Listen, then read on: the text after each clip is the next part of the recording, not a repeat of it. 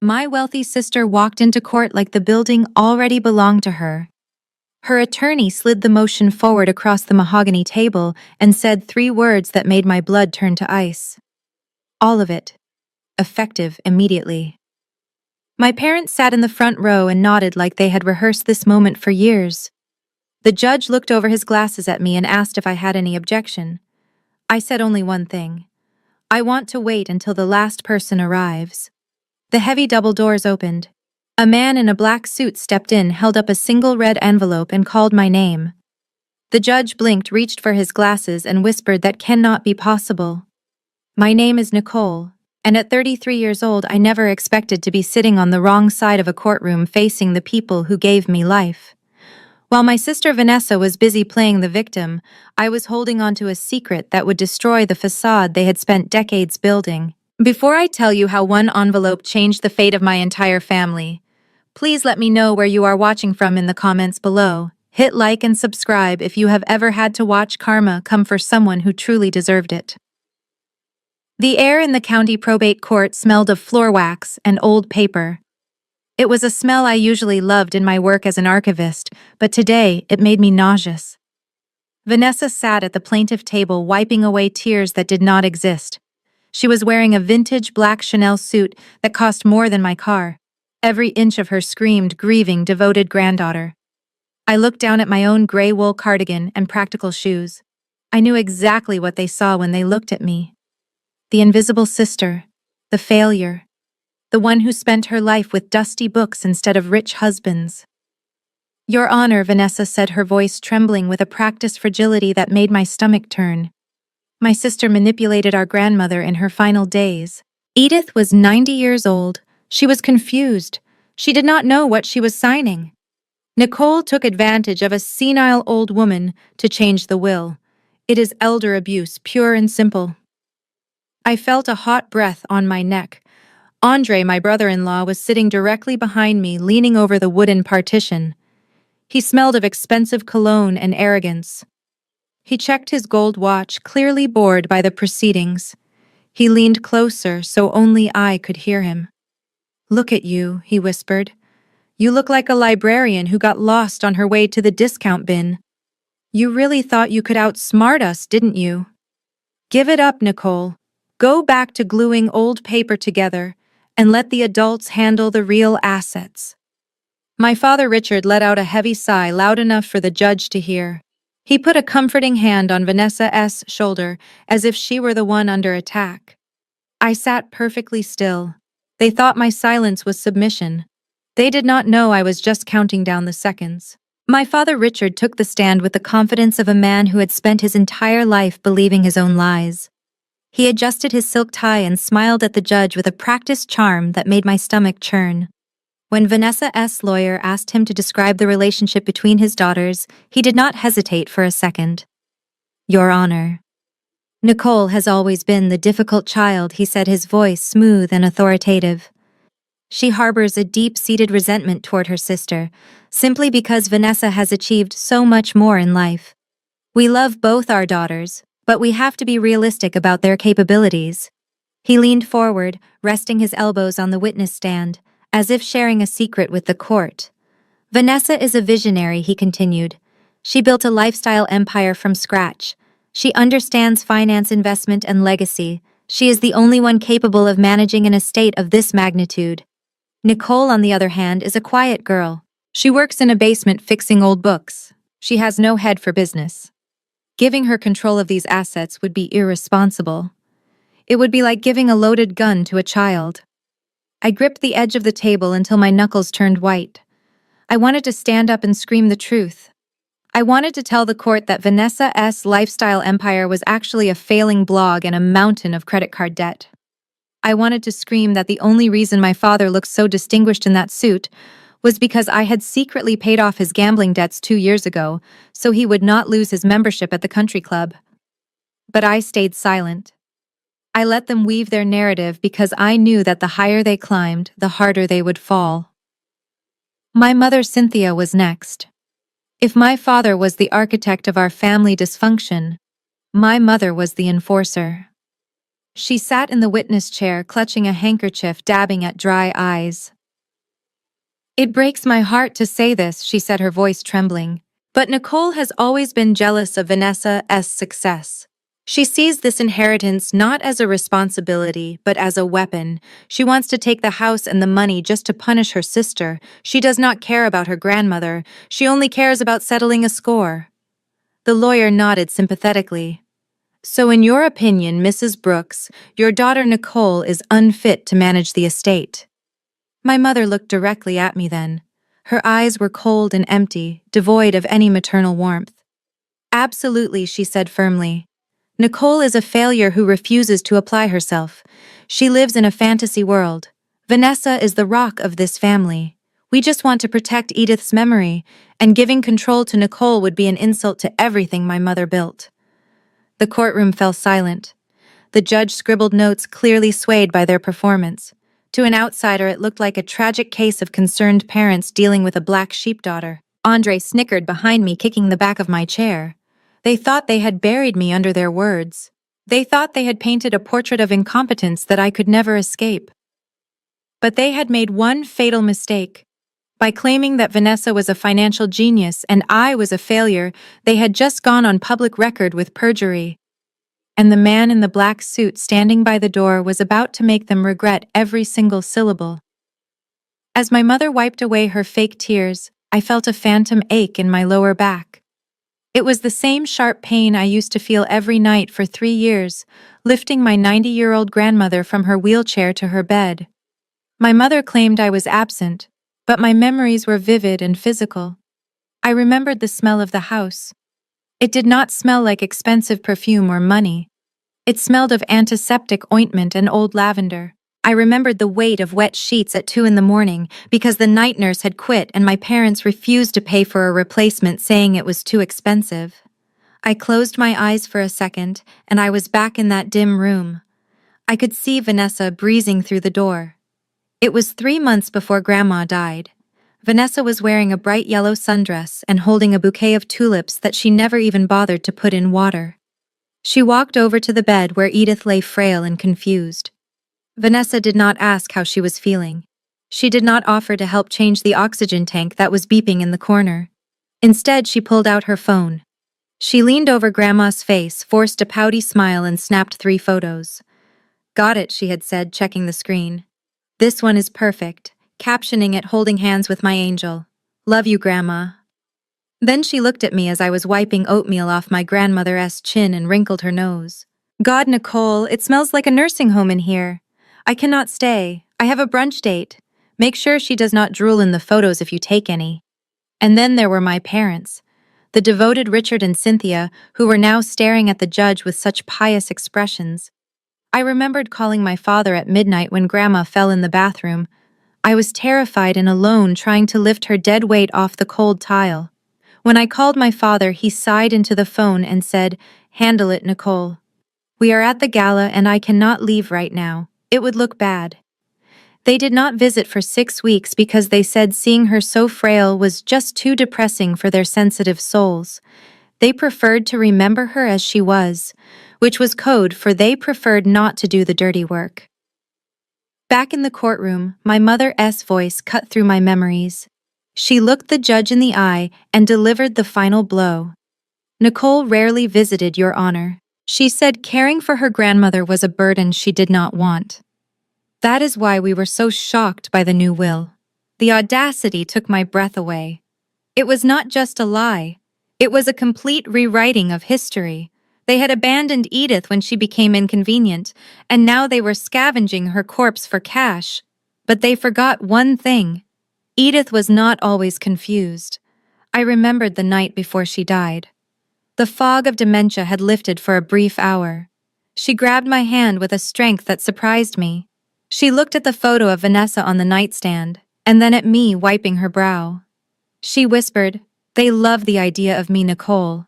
But you love me." That was not manipulation. That was the clearest she had been in a decade. I looked up at the judge. Let them lie. The truth was about to walk through that door. "Your Honor, we have one final piece of evidence," Vanessa's attorney announced. He stood up and adjusted his cufflinks, looking like a shark that had just smelled blood in the water. We would like to submit Exhibit C. This is security footage recovered from the living room camera 2 weeks before the decedent passed away. It clearly demonstrates the hostile environment the defendant created. A large monitor was wheeled into the center of the room. I felt a cold knot form in my stomach because I knew exactly what they had found. The screen flickered to life, showing a grainy black and white view of my grandmother's kitchen. In the video, Edith was standing by the counter holding a bottle of blue pills. I entered the frame running. "Stop!" I screamed in the video, my voice distorted and shrill. "Put that down right now. Do not drink that. Are you crazy?" On screen, I lunged forward and slapped the bottle out of her shaking hands. The pills scattered across the linoleum floor. I grabbed her shoulders and shook her hard.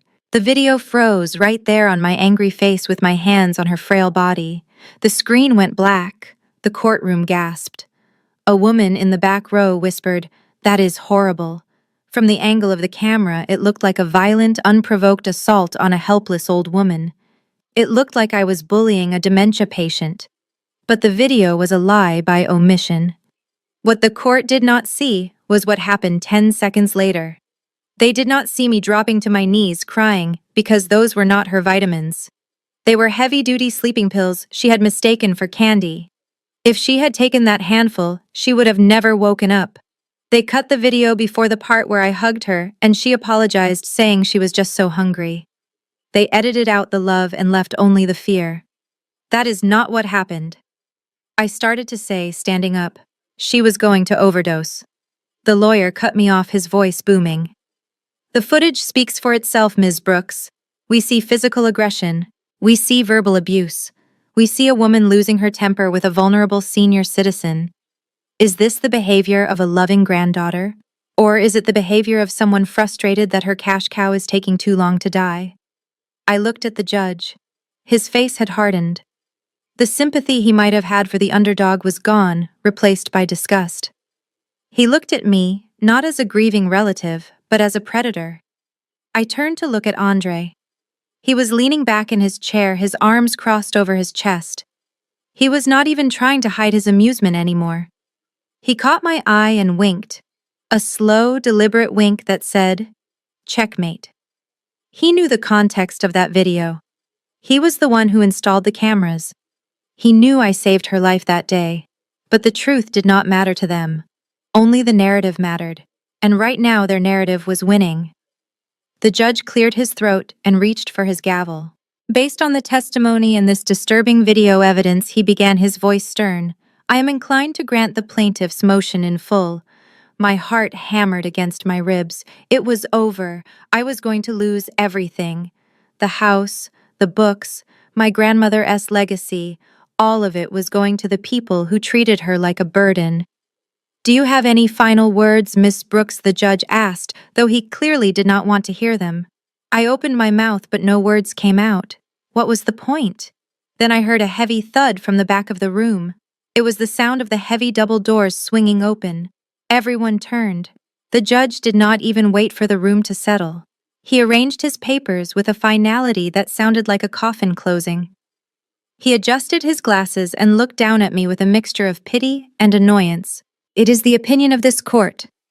He began, his voice echoing off the high ceilings, that the late Edith Brooks was under undue influence when she drafted the codicil to her will.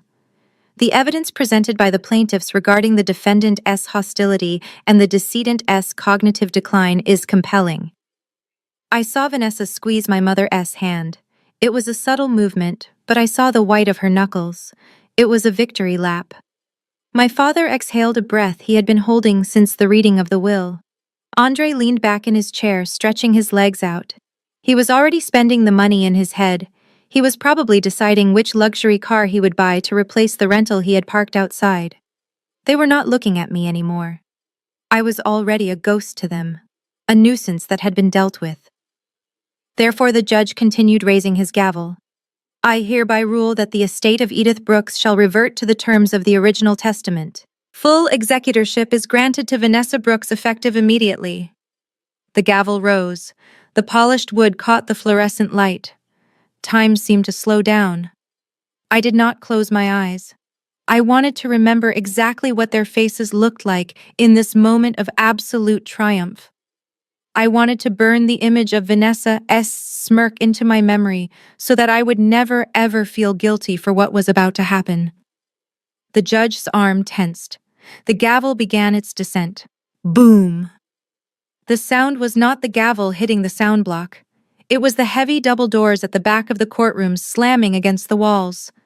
The noise was louder than a gunshot. The judge flinched, his hand freezing in mid-air. The gavel hovered inches from the desk. Every head in the courtroom turned. My mother gasped. Vanessa twisted around so fast, her expensive earrings swung against her neck. A man stood in the threshold. He was not a bailiff. He was not a late spectator. He was dressed in a suit so black it seemed to absorb the light around him. The fabric was impeccable, tailored to a razor-sharp fit that screamed European money. He was tall, with silver hair swept back and a face carved from granite. He carried a leather briefcase that looked older than the courthouse itself. The temperature in the room seemed to drop 10 degrees. He did not look at the gallery. He did not look at the bailiff who was stepping forward to stop him. He did not ask for permission to enter. He simply walked down the center aisle, his footsteps echoing on the floorboards like a metronome. Click, click, click. "Who are you?" the judge barked, recovering his composure. "This is a closed session. Bailiff, remove this man." The bailiff reached for his belt, but the man in the black suit did not even break stride. He held up a single hand, not in surrender, but in a command so authoritative that the bailiff actually hesitated. The man walked right past Vanessa. She shrank back in her seat as he passed, as if she sensed a predator larger than herself. He stopped at the defense table. He did not look at me. He placed the leather briefcase on the wood next to my trembling hands. The sound of the brass latches clicking open was the only sound in the room. "I apologize for the interruption, Your Honor," he said. His voice was deep and smooth like expensive whiskey, but it carried zero apology. "But you are about to make a ruling on assets that no longer fall under your jurisdiction." The judge's face turned red. "I am the presiding judge in this county. Everything here is under my jurisdiction." "Not this," the man said. He pulled a thick document from the briefcase. The paper was heavy and cream-colored, sealed with red wax. He slid it across the bench. "Because as of 9 o'clock this morning, the Brooks estate ceased to exist. It is now the property of the Sovereign Trust of Zurich, and I am here to audit the previous caretakers." He turned slowly and looked directly at Andre. "And I suggest you do not leave town." The silence that followed Mr. Blackwood's statement was heavy enough to crush bone. The judge stared at the documents on his bench, his face losing color with every line he read. Vanessa's lawyer, a man who billed $500 an hour and prided himself on controlling every room he entered, stood up so abruptly his chair screeched against the floor. "Your Honor, this is preposterous," he sputtered, pointing a shaking finger at the man in the black suit. "I object to this entire theatrical display. Who is this man? You cannot simply walk into a court of law and claim a valid will is null and void because of some mysterious foreign trust. I move to have him held in contempt and removed immediately." Mr. Blackwood did not even turn to look at him. He adjusted his silk tie with a slow, deliberate motion. "I am not here to litigate," he said, his voice cutting through the lawyer's bluster like a scalpel. "I am here to inform. And if you had done your due diligence, counselor, you would know that the Sovereign Trust of Zurich is not subject to the probate laws of this state or this country." He tapped the leather briefcase with one finger. Edith Brooks was a woman of foresight. She knew that her family would descend like vultures the moment her heart stopped beating. So she triggered a failsafe. The document the judge is currently reading is an irrevocable international trust established 20 years ago. It stipulates that upon her death, all assets titled in her name are automatically transferred to the Trust's holding company in Switzerland. The judge looked up. He took off his glasses and rubbed the bridge of his nose, looking suddenly very tired. "Mr. Blackwood, is it? Arthur Blackwood, senior trustee. Mr. Blackwood, the judge said, his voice lacking its previous authority. This document appears to be in order.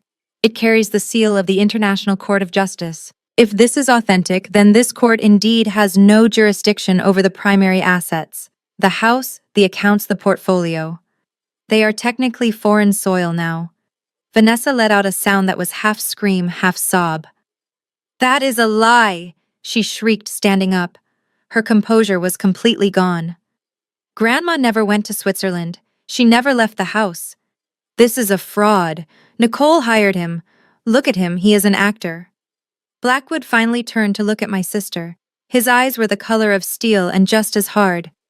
"Ms. Brooks, your grandmother did not need to travel to protect her legacy. She simply needed to sign the papers before your greed became her problem. And unlike the will you are waving around, which was signed under questionable circumstances, this trust was notarized 2 decades ago when Edith was of sound mind and body. It is ironclad." He turned back to the judge. "Therefore, Your Honor, I formally request that you suspend these proceedings immediately. Any ruling you make regarding the distribution of these assets would be a violation of international treaty. You do not have the authority to give away what does not belong to the U.S. legal system." The judge sighed and looked at the stunned faces of my parents. My father looked like he was having a stroke. My mother was clutching her pearls, staring at the black briefcase as if it contained a bomb. In light of this new evidence, the judge announced, bringing his gavel down with a thud that sounded like a defeat. "I am suspending this hearing for 48 hours to allow the court to verify the authenticity of these documents. Court is adjourned." As the judge stood up to leave, Andre leaned forward. His face was twisted with malice. "You think this saves you?" he hissed at me. "It just buys you 2 days. We will find a loophole. We always do." Mr. Blackwood closed his briefcase with a sharp click. "I would not be so sure about that young man. The real audit has not even begun. And if I were you, I would start worrying about what we are going to find when we open the books." The courtroom buzz had turned into a suffocating silence. Vanessa S. lawyer was holding the document Mr. Blackwood had provided, his hands trembling slightly as he scanned the dense legal text. He looked like a man trying to read instructions on how to defuse a bomb with seconds left on the clock. My parents were leaning forward over the railing, their faces pale and drawn. Andre was chewing his thumbnail, his eyes darting between the exit signs and the man in the black suit. "This is impossible," the lawyer muttered, finally looking up at the judge. "This document claims that the entire estate was liquefied 5 years ago. The house, the stocks, the vintage car collection. Everything was transferred into a blind holding company." Mr. Blackwood nodded slowly. "Correct. It is what we in the industry call a shadow will. It runs parallel to the public will, but it supersedes it in every jurisdiction. Edith Brooks knew that her family would fight over the scraps she left behind. She knew you would drag her name through the mud in probate court. So she removed the temptation entirely. She placed every single asset into an irrevocable trust." He paused, letting the weight of the words sink in. "Do you know what irrevocable means, Vanessa? It means it cannot be changed, it cannot be challenged, and most importantly, it cannot be touched by creditors, ex-husbands, or greedy grandchildren." Vanessa stood up, her voice shrill and desperate. "But I am the heir. The public will says I get everything. That trust has to be for me. I am the only one who knows how to manage money. Who else would she leave it to?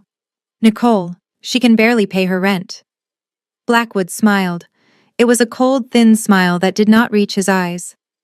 "That is the interesting part, Ms. Brooks. The trust does not name a person.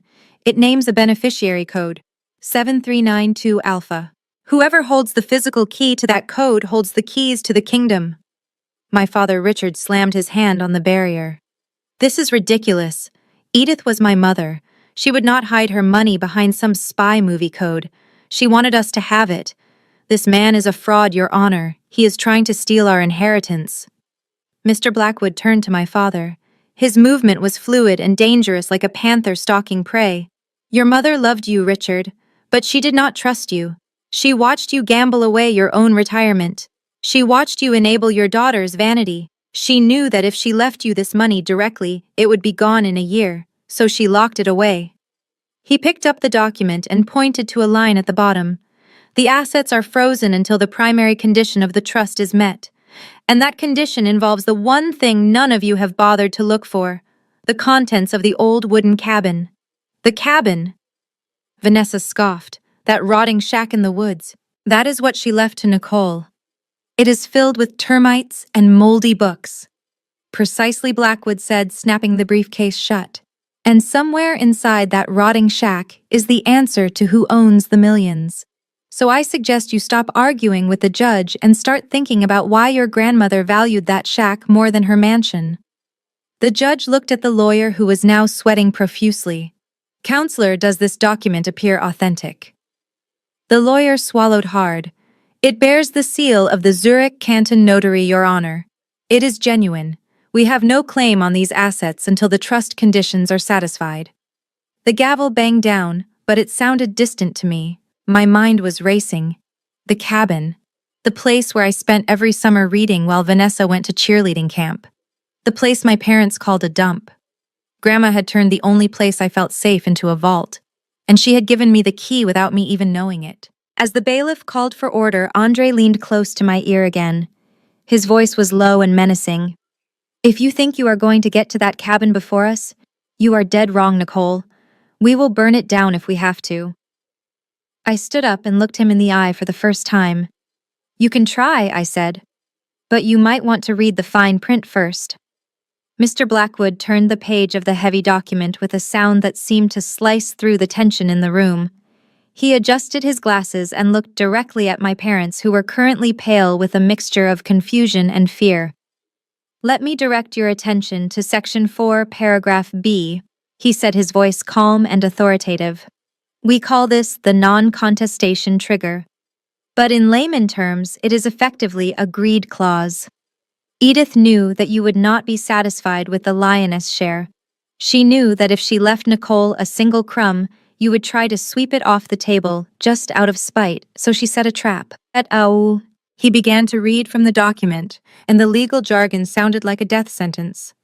It is hereby stipulated that should the primary beneficiaries attempt to seize contest or legally interfere with the secondary bequest, specifically the property known as the Black Creek Cabin, and its contents, the entirety of the primary estate shall be immediately frozen. My father, Richard, stood up, his hands shaking. Frozen. What does that mean? It means, Mr. Blackwood continued, looking at Andre, that the transfer of the millions you are counting on today has been halted. The trust mandates a full forensic audit of the contesting party to ensure they are not acting out of malice or financial instability. This audit takes a minimum of 6 months. Given the complexity of international assets, it is usually closer to 9.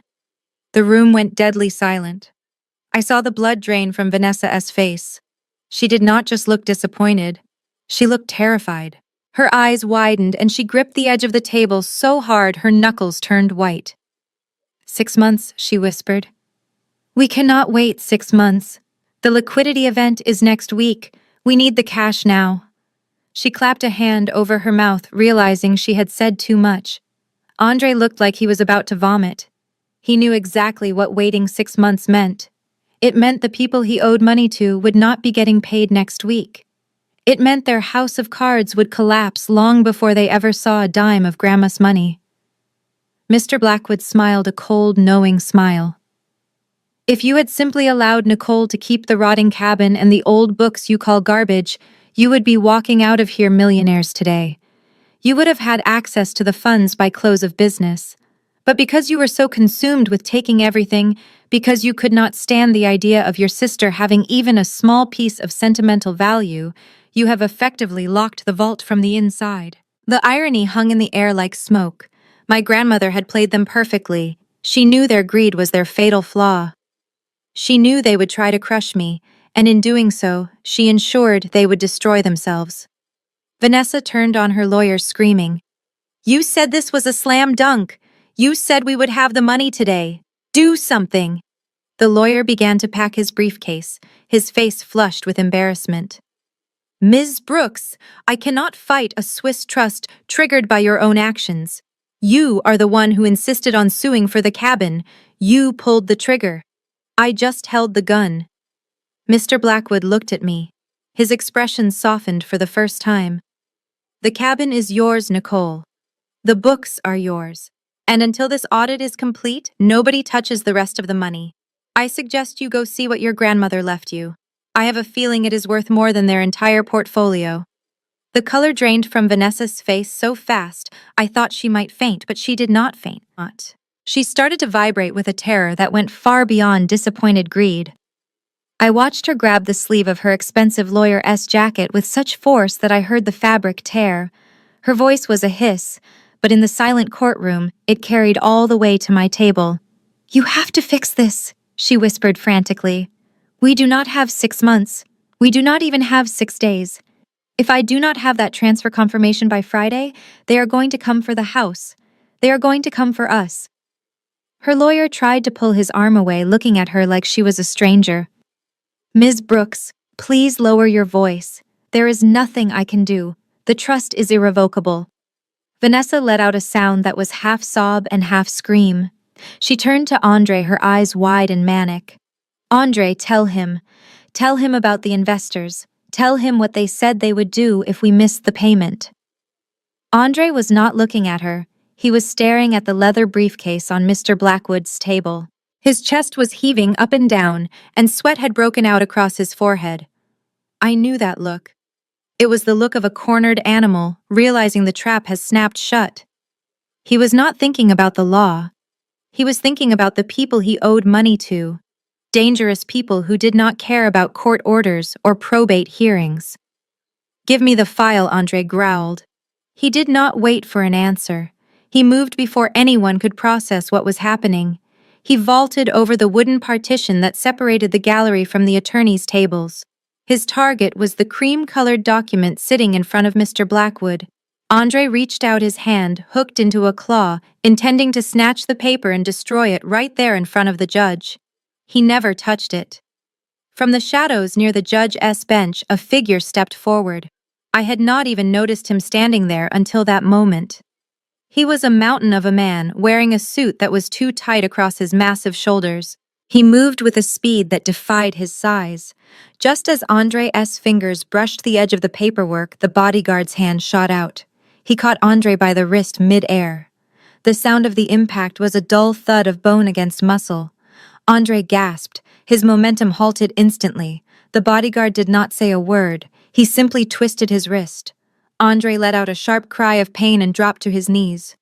The bodyguard held him there effortlessly, looking at him with the same bored expression one might give a misbehaving toddler. "Order," the judge shouted, banging his gavel furiously.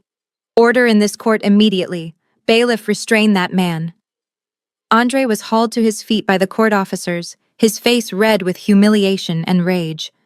He looked at Mr. Blackwood, who had not flinched once during the entire altercation. Blackwood simply brushed a speck of dust off his sleeve and looked down at my brother-in-law. "Violence is the last refuge of the incompetent," Mr. Blackwood said, his voice calm and icy. "And attempting to steal a certified copy of a Swiss legal document is not only futile, it is a federal offense. I believe the judge will be adding attempted destruction of evidence to your list of problems today." Vanessa collapsed into her chair, burying her face in her hands. My parents looked on in horror, realizing for the first time that their golden couple was not just broke. They were broken. And I just sat there watching the chaos, knowing that the real storm had not even hit them yet. Mr. Blackwood reached into the breast pocket of his pristine suit and pulled out an object that looked completely out of place in the sterile modern courtroom. It was a key, but it was not a shiny brass key to a safety deposit box or a sleek electronic fob for a high-security vault. It was an ancient heavy iron skeleton key coated in flakes of orange rust and grime. It looked like it belonged to a dungeon door from the 18th century. He placed it gently on the defense table right in front of me. The heavy clank of metal against wood echoed in the silent room, drawing every pair of eyes to that small spot of corrosion. "Your grandmother wanted you to have this immediately," Mr. Blackwood said. He did not whisper. He spoke in a clear, measured tone that was specifically pitched to carry over my shoulder to the people sitting behind me. She was very specific about her instructions, Nicole. She said to tell you that the true value of her estate is not on the shelves. It is beneath them. Specifically under the loose pine floorboards in the north corner of the cabin. That is where she kept the things that truly matter. I stared at the key. I knew exactly which floorboards he was talking about. When I was 10 years old, I had found a loose plank in the cabin and used the hollow space beneath it to hide my diary and my secret stash of candy. Grandma knew about it. She used to call it my pirate treasure chest.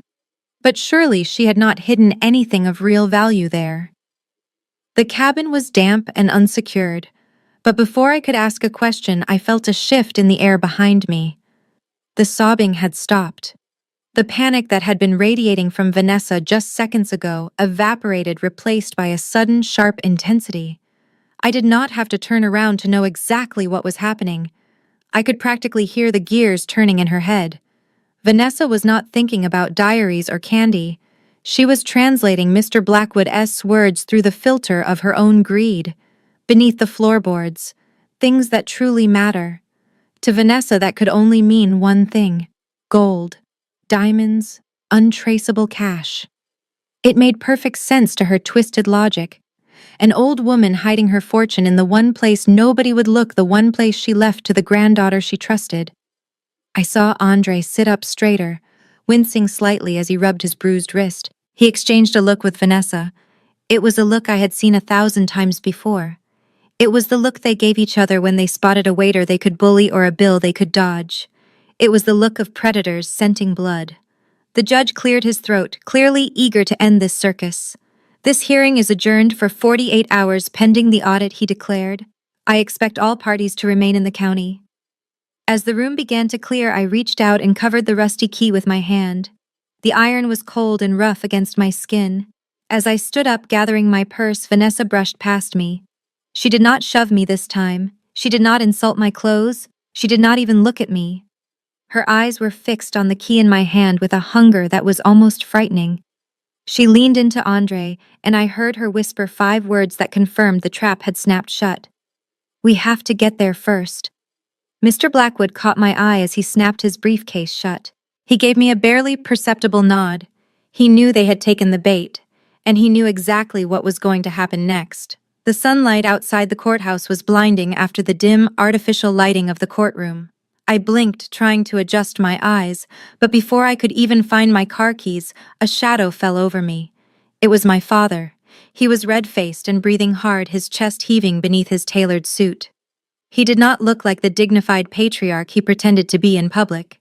He looked like a man who had just watched his retirement fund walk out the door. "You little witch," he spat, blocking my path to the parking lot. "How much are you paying him?" That man inside. How much did you pay him to forge those documents? I tried to step around him, but my mother grabbed my arm. Her nails dug into my skin, sharp and painful. "Do not you walk away from your father," she hissed. "We know what you are doing, Nicole. You are trying to humiliate us. You hired some actor to come in here and make up lies about international trusts, just to stall the probate." I looked down at her hand on my arm. It was the most physical contact she had initiated in years. "Let go of me, Mom," I said quietly. She did not let go. Instead, she shook me. "You are a fraud," she screamed, drawing the attention of a passing security guard. "You and that rusty key. You think you are so smart. But we know the truth. You brainwashed your grandmother. You probably stole that money yourself and hid it." Vanessa and Andre were standing by their leased Range Rover a few yards away. They were not screaming. They were watching. Vanessa looked like a statue, her eyes fixed on my purse, where she knew the key was hidden. Andre was on his phone, pacing back and forth, probably yelling at someone to find out who Arthur Blackwood really was. I looked back at my father. The veins in his neck were bulging. "You are going to jail for this," he shouted. "When the police find out that document is a fake, you are going to rot in a cell. And we will get everything. Every single dime." I took a deep breath. The old Nicole, the one who desperately wanted their approval, would have cried. She would have tried to explain. She would have begged them to believe her. But that Nicole died the moment they let my grandmother die alone. I pulled my arm free from my mother's grip with a sudden jerk that made her stumble back in her high heels. I did not say a word. I did not deny their accusations. I did not defend Mr. Blackwood. I simply turned my back on them. I walked to my car, a 10-year-old sedan with fading paint and a dent in the rear bumper. My father was still yelling behind me, calling me an ungrateful parasite, but his voice sounded small in the open air. I unlocked the door, and the heat from the interior hit me like a physical blow. I sat down on the cracked leather seat and put the key in the ignition. The engine sputtered twice before roaring to life with a noisy rattle. I saw my mother clutching her chest, performing her role of the heartbroken victim for anyone watching in the parking lot. My father kicked the tire of the car next to him in frustration. I put the car in reverse and backed out slowly. As I shifted into drive, I looked in the rearview mirror. They were standing there, a small cluster of angry, frightened people in expensive clothes. They looked lost. For the first time in my life, I was the one in the driver's seat, and they were the ones getting left behind. I pressed the gas pedal and drove toward the exit, leaving them in a cloud of exhaust and their own misery. My phone rang 3 hours later. I was sitting in my apartment staring at the rusty key and wondering if I should just drive to the cabin right then and there. But I knew better. I knew that if I went to the cabin now, I would probably find Andre waiting in the bushes with a tire iron. I needed them to make the first move. I needed them to incriminate themselves. I looked at the caller ID. Mom. I let it ring 4 times before answering. Nicole. She sobbed the moment I picked up. Her voice was thick with emotion, but I could hear the calculated pause for effect. Please do not hang up. Your father is sick. The stress of today. We thought he was having a heart attack. I did not say anything. I just listened to the performance. We just want to talk, she continued. We want to apologize. We let money get between us and family. Please come to dinner tonight. Just a simple family dinner. Let us explain everything. I knew it was a trap. In the cycle of abuse, this was the love bombing phase. First they attack you, then they terrorize you, and when that fails, they try to charm you back into submission. 10 years ago, I would have rushed over there desperate for their validation. Today, I saw it for what it was. A tactical maneuver. I will be there at 7, I said and hung up. I did not dress up. I wore jeans and a sweater. But underneath the sweater, I made a very specific preparation. I took my phone, put it on airplane mode so no calls would interrupt the recording, and opened the voice memo app. I tested the microphone sensitivity. It could pick up a whisper from across the room. I slipped the phone into the front pocket of my shirt, with the microphone facing out. I drove to my parents' house, the house they had bought with money borrowed from Grandma Edith. It was a sprawling McMansion, with columns that were too big for the porch, and a lawn that looked like a golf course. When I pulled into the driveway, I saw Vanessa's Range Rover parked next to my father's Mercedes. The gang was all here. My mother opened the door before I could even knock. She was wearing an apron over her silk blouse, trying to look domestic and harmless. Nicole, she said, pulling me into a hug that felt like being squeezed by a boa constrictor. I am so glad you came. I kept my arms at my sides. Where is Dad? He is resting in the den, she said, linking her arm through mine. Come, we made your favorite. Roast beef. She led me into the dining room. The table was set with the good china, the stuff we were never allowed to touch as kids. Candles were lit. It looked like a scene from a magazine. Vanessa and Andre were already seated. When I walked in, they did not glare at me. They stood up. Hi, Nicole, Vanessa said. She forced a smile that showed too many teeth. You look comfortable. Andre pulled out a chair for me. Sit down, Nicole. Can I get you a drink? Wine, scotch. Water is fine, I said, taking my seat. I made sure to position myself so that my phone was facing the center of the table. My father walked in a moment later. He did not look like he was having a heart attack. He looked like a man who had downed 3 stiff drinks to prepare for a performance. He sat at the head of the table and sighed. I am glad we are all here, he said, unfolding his napkin.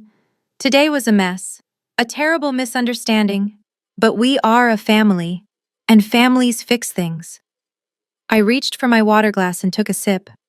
Okay, Dad, I said calm and cold. Fix it.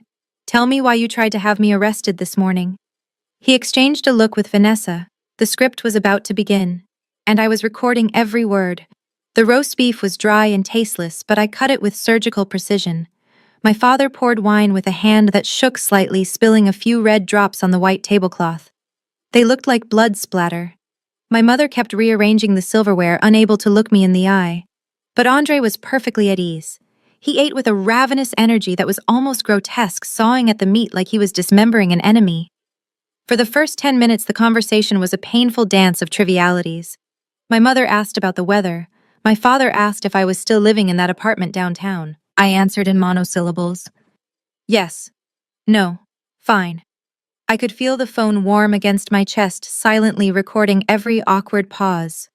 Then Andre put down his fork. The metal clattered loudly against the china. He picked up his wineglass, swirled the dark liquid, and looked at me. The fake smile was gone.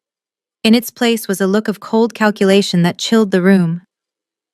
You know, Nicole, he said, leaning back in his chair. We are trying to be nice here. We are trying to keep this in the family. But you are making it very difficult. I looked up from my plate. I am not the one who sued my own grandmother, Andre. He laughed, but there was no humor in it. It was a sharp, barking sound. You think you are so clever with your little Swiss lawyer, but you do not understand how the real world works. You have spent too much time in libraries. In the real world, pieces of paper do not protect you. He took a sip of wine, his eyes never leaving mine. I still have friends from my days running nightclubs in the city. Serious people. People who do not care about probate courts or judges. They specialize in removing obstacles. My mother made a small, whimpering sound. Andre, please. He ignored her. I saw you leave the courthouse today, Nicole. That sedan you drive. It is a piece of junk. 10 years old, right? It would be a shame if something happened to it. Mechanical failure is so common with old cars, especially on those winding roads leading up to the cabin. I felt a spike of adrenaline. He was doing exactly what I hoped he would do. He was threatening me. I carefully reached for my water glass, making sure not to cover the microphone in my pocket. Are you saying I should be worried about my safety? Andre, I asked, keeping my voice level. He shrugged his shoulders, a gesture of mock innocence that made him look even more dangerous. I am just talking about probabilities. Brakes fail. Steering columns lock up. Accidents happen every day. It would be tragic if you never made it to that cabin to find whatever garbage Edith hid there. My father finally spoke up, but not to defend me. He looked at his plate and muttered, Just sign the papers, Nicole. Do not make this ugly. It was already ugly. Andre leaned forward, his elbows on the table, invading my personal space. Look at us, Nicole. We are the winners. We always have been. You are just a speed bump, and speed bumps get run over. If you are smart, you will transfer the trustee rights to Vanessa by tomorrow morning. If not, well, I cannot guarantee that your car will make it to the next oil change. I looked at him, and for the first time I saw the fear behind the bravado. He was terrified. He was threatening me because he had no other cards to play. I finished my water and stood up. I think I have heard enough, I said. Thank you for dinner, Mom. It was very revealing. As I walked to the door, Andre called out after me. Drive safe, Nicole. The roads are slippery tonight. I walked out into the cool night air, my heart pounding against my ribs. I got into my car and locked the doors. I pulled the phone out of my pocket and stopped the recording. I had it. I had a direct threat against my life. But I was not going to the police yet. I needed one more piece of the puzzle. I needed to catch them in the act. I reached for the door handle of my sedan, but my hand froze in midair. Through the open window of the dining room, voices drifted out into the cool night.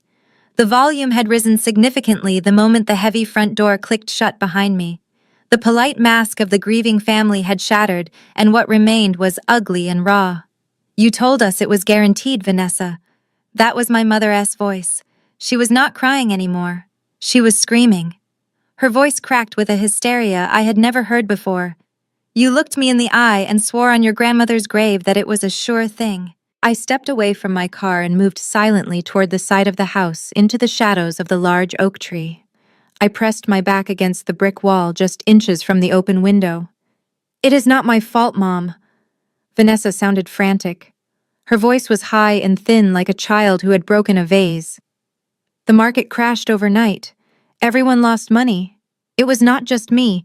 Even the experts lost millions." I heard the sound of glass shattering against a wall. Someone had thrown a wine glass. "I do not care about the experts," my father roared. His voice was slurring slightly, the alcohol finally taking hold. "I care about my house. You made us sign that home equity line of credit. You said it was just for liquidity. You said you would pay it back in 30 days with interest." There was a pause and then the sound of Andre speaking. His voice was low, but it carried a terrifying weight. "We can fix this, Richard. We just need the inheritance. Once we sell the portfolio, we pay off the bank and nobody has to know." "Nobody has to know," my mother shrieked. "The bank already knows, Andre. They called this morning. The first notice of default arrived while you were at the courthouse." I covered my mouth with my hand to stifle a gasp. The pieces of the puzzle slammed into place with a sickening clarity. This was not just about greed. This was not just about Vanessa wanting another Chanel bag or Andre wanting a new sports car. This was about survival. Vanessa had gambled everything. She had manipulated our parents into mortgaging their own home, likely their only significant asset, to fund some get-rich-quick scheme involving cryptocurrency or high-risk trading. And she had lost it all. Every single dime. The house they were standing in, the house I grew up in, was already gone. They were living on borrowed time. "That is why you have to make her sign," Vanessa pleaded. "If we do not get access to Grandma S accounts by the end of the month, the bank takes the house. We will be on the street, Mom. Homeless. Do you understand?" "We are not going to be homeless," Andre said. His voice was calm in a way that made the hair on my arms stand up. "Because Nicole is going to give us that money, one way or another." I heard footsteps pacing the hardwood floor. "She knows something," Vanessa said. "Did you see her face? She knows about the cabin. What if she finds the bonds first? What if she takes them to Blackwood?" "She won't," Andre replied. "Because we are not going to let her get there." I did not wait to hear the rest. My heart was hammering against my ribs like a trapped bird. I crept back to my car, moving as slowly as possible until I was on the pavement. I opened the door and slid into the driver's seat without making a sound. As I drove away, watching the lit windows of my childhood home fade in the rearview mirror, I realized the game had changed. They were not just my family anymore. They were desperate people with nothing left to lose. And desperate people do dangerous things. I looked at the passenger seat where the rusty key lay. They needed what was under the cabin floor to save their lives, but I needed it to ensure justice. I tightened my grip on the steering wheel. I knew what I had to do. I had to set the stage for their final mistake. I stopped the car at the end of the driveway. My hands were shaking on the steering wheel, but not from fear. They were shaking from rage. If I left now, they would think they had won. They would think their threats had worked. I put the car in park and walked back into the house. They were still in the dining room arguing over the spilled wine. When I stepped through the doorway, the room went silent. Andre smiled, a predator seeing his prey return. "I knew you would come back, Nicole," he said, smoothing his tie. "You are a smart girl. You know when you are beaten." He reached into his jacket pocket and pulled out a folded document. It was a transfer of trusteeship. He smoothed it out on the table right next to the gravy boat. He uncapped a heavy fountain pen and held it out to me. "Sign it," he said, "right here at the bottom. And then you can go back to your little life and we will forget this ever happened." I walked to the table. I looked at my mother, who was refusing to meet my eyes. I looked at Vanessa, who was watching me with desperate, hungry eyes. And then I looked at Andre. I took the pen from his hand. "You are right, Andre," I said, my voice steady. "I do know when someone is beaten." I looked down at the paper. Then I looked him dead in the eye. "But it is not me." I snapped the expensive pen in half. Ink sprayed across the white tablecloth like black blood. I dropped the broken pieces onto the document. "I heard about the debt," I said quietly. "I heard about the mortgage. I know you are broke, and I am not signing anything to save you." For a second there was absolute silence. Then Andre's face contorted into a mask of pure fury. He did not yell, he exploded. "You useless little bitch," he roared. He grabbed the edge of the heavy oak table and heaved upward with all his strength. The table flipped. China crashed against the wall. The roast beef slid across the floor. Wine glasses shattered, sending shards of crystal flying everywhere. My mother screamed and scrambled backward into the corner. Andre did not stop. He lunged over the wreckage, his eyes wild. He was coming for my throat. I did not run. I did not scream. I had been waiting for this. As he charged toward me, closing the distance in 2 strides, I reached into my cardigan pocket. I did not pull out a phone this time. I pulled out a small black canister of military-grade pepper gel. I raised my arm and pressed the trigger. A stream of thick orange gel hit Andre square in the eyes. He howled. It was a sound I had never heard a human make before. He clawed at his face, stumbling backward, crashing into the sideboard. He fell to his knees, gasping for air, blindingly swinging his fists at nothing. My bitch of a sister tried to rush me, but I just raised the canister in her direction and she froze, terrified. "I am leaving now," I said, my voice cutting through Andre's agonizing groans. "Do not follow me. Do not come to my apartment.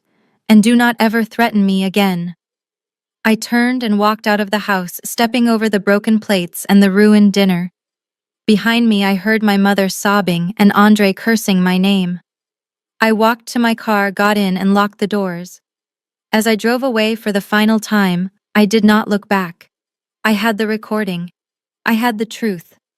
And now I was going to finish it. My hands were still trembling as I merged onto the main road, but my mind was razor sharp. I checked my rearview mirror. 2 bright halogen beams were burning a hole in the darkness behind me. I changed lanes, the lights changed with me. I took a sudden right turn onto a quiet industrial road. The car behind me followed without hesitation. It was the Range Rover. They were not giving up. Desperation had made them reckless. They were tailing me, hoping I would lead them straight to the money. I looked at the phone in the passenger seat. Mr. Blackwood had told me to be careful, but he had also told me that we needed undeniable proof. We needed them to cross the line from family dispute to criminal intent. If they just followed me to the cabin, it was stalking. But if they broke in believing they were stealing millions, that was a felony. I needed to make sure they knew exactly what they were stealing. I needed to plant a seed so deep in their greedy minds that they would ignore every warning sign. I saw a 24-hour gas station ahead. It was brightly lit, a fluorescent island in the dark. I signaled and pulled in, stopping at the pump farthest from the road. The Range Rover did not pull in. It stopped on the shoulder of the road about 50 yards back, killing its headlights. They were watching. I got out of the car. I did not pump gas. I pulled out my phone and held it to my ear. I did not actually dial Mr. Blackwood. I just held the phone up and paced back and forth, making sure my silhouette was clearly visible to the car parked in the shadows.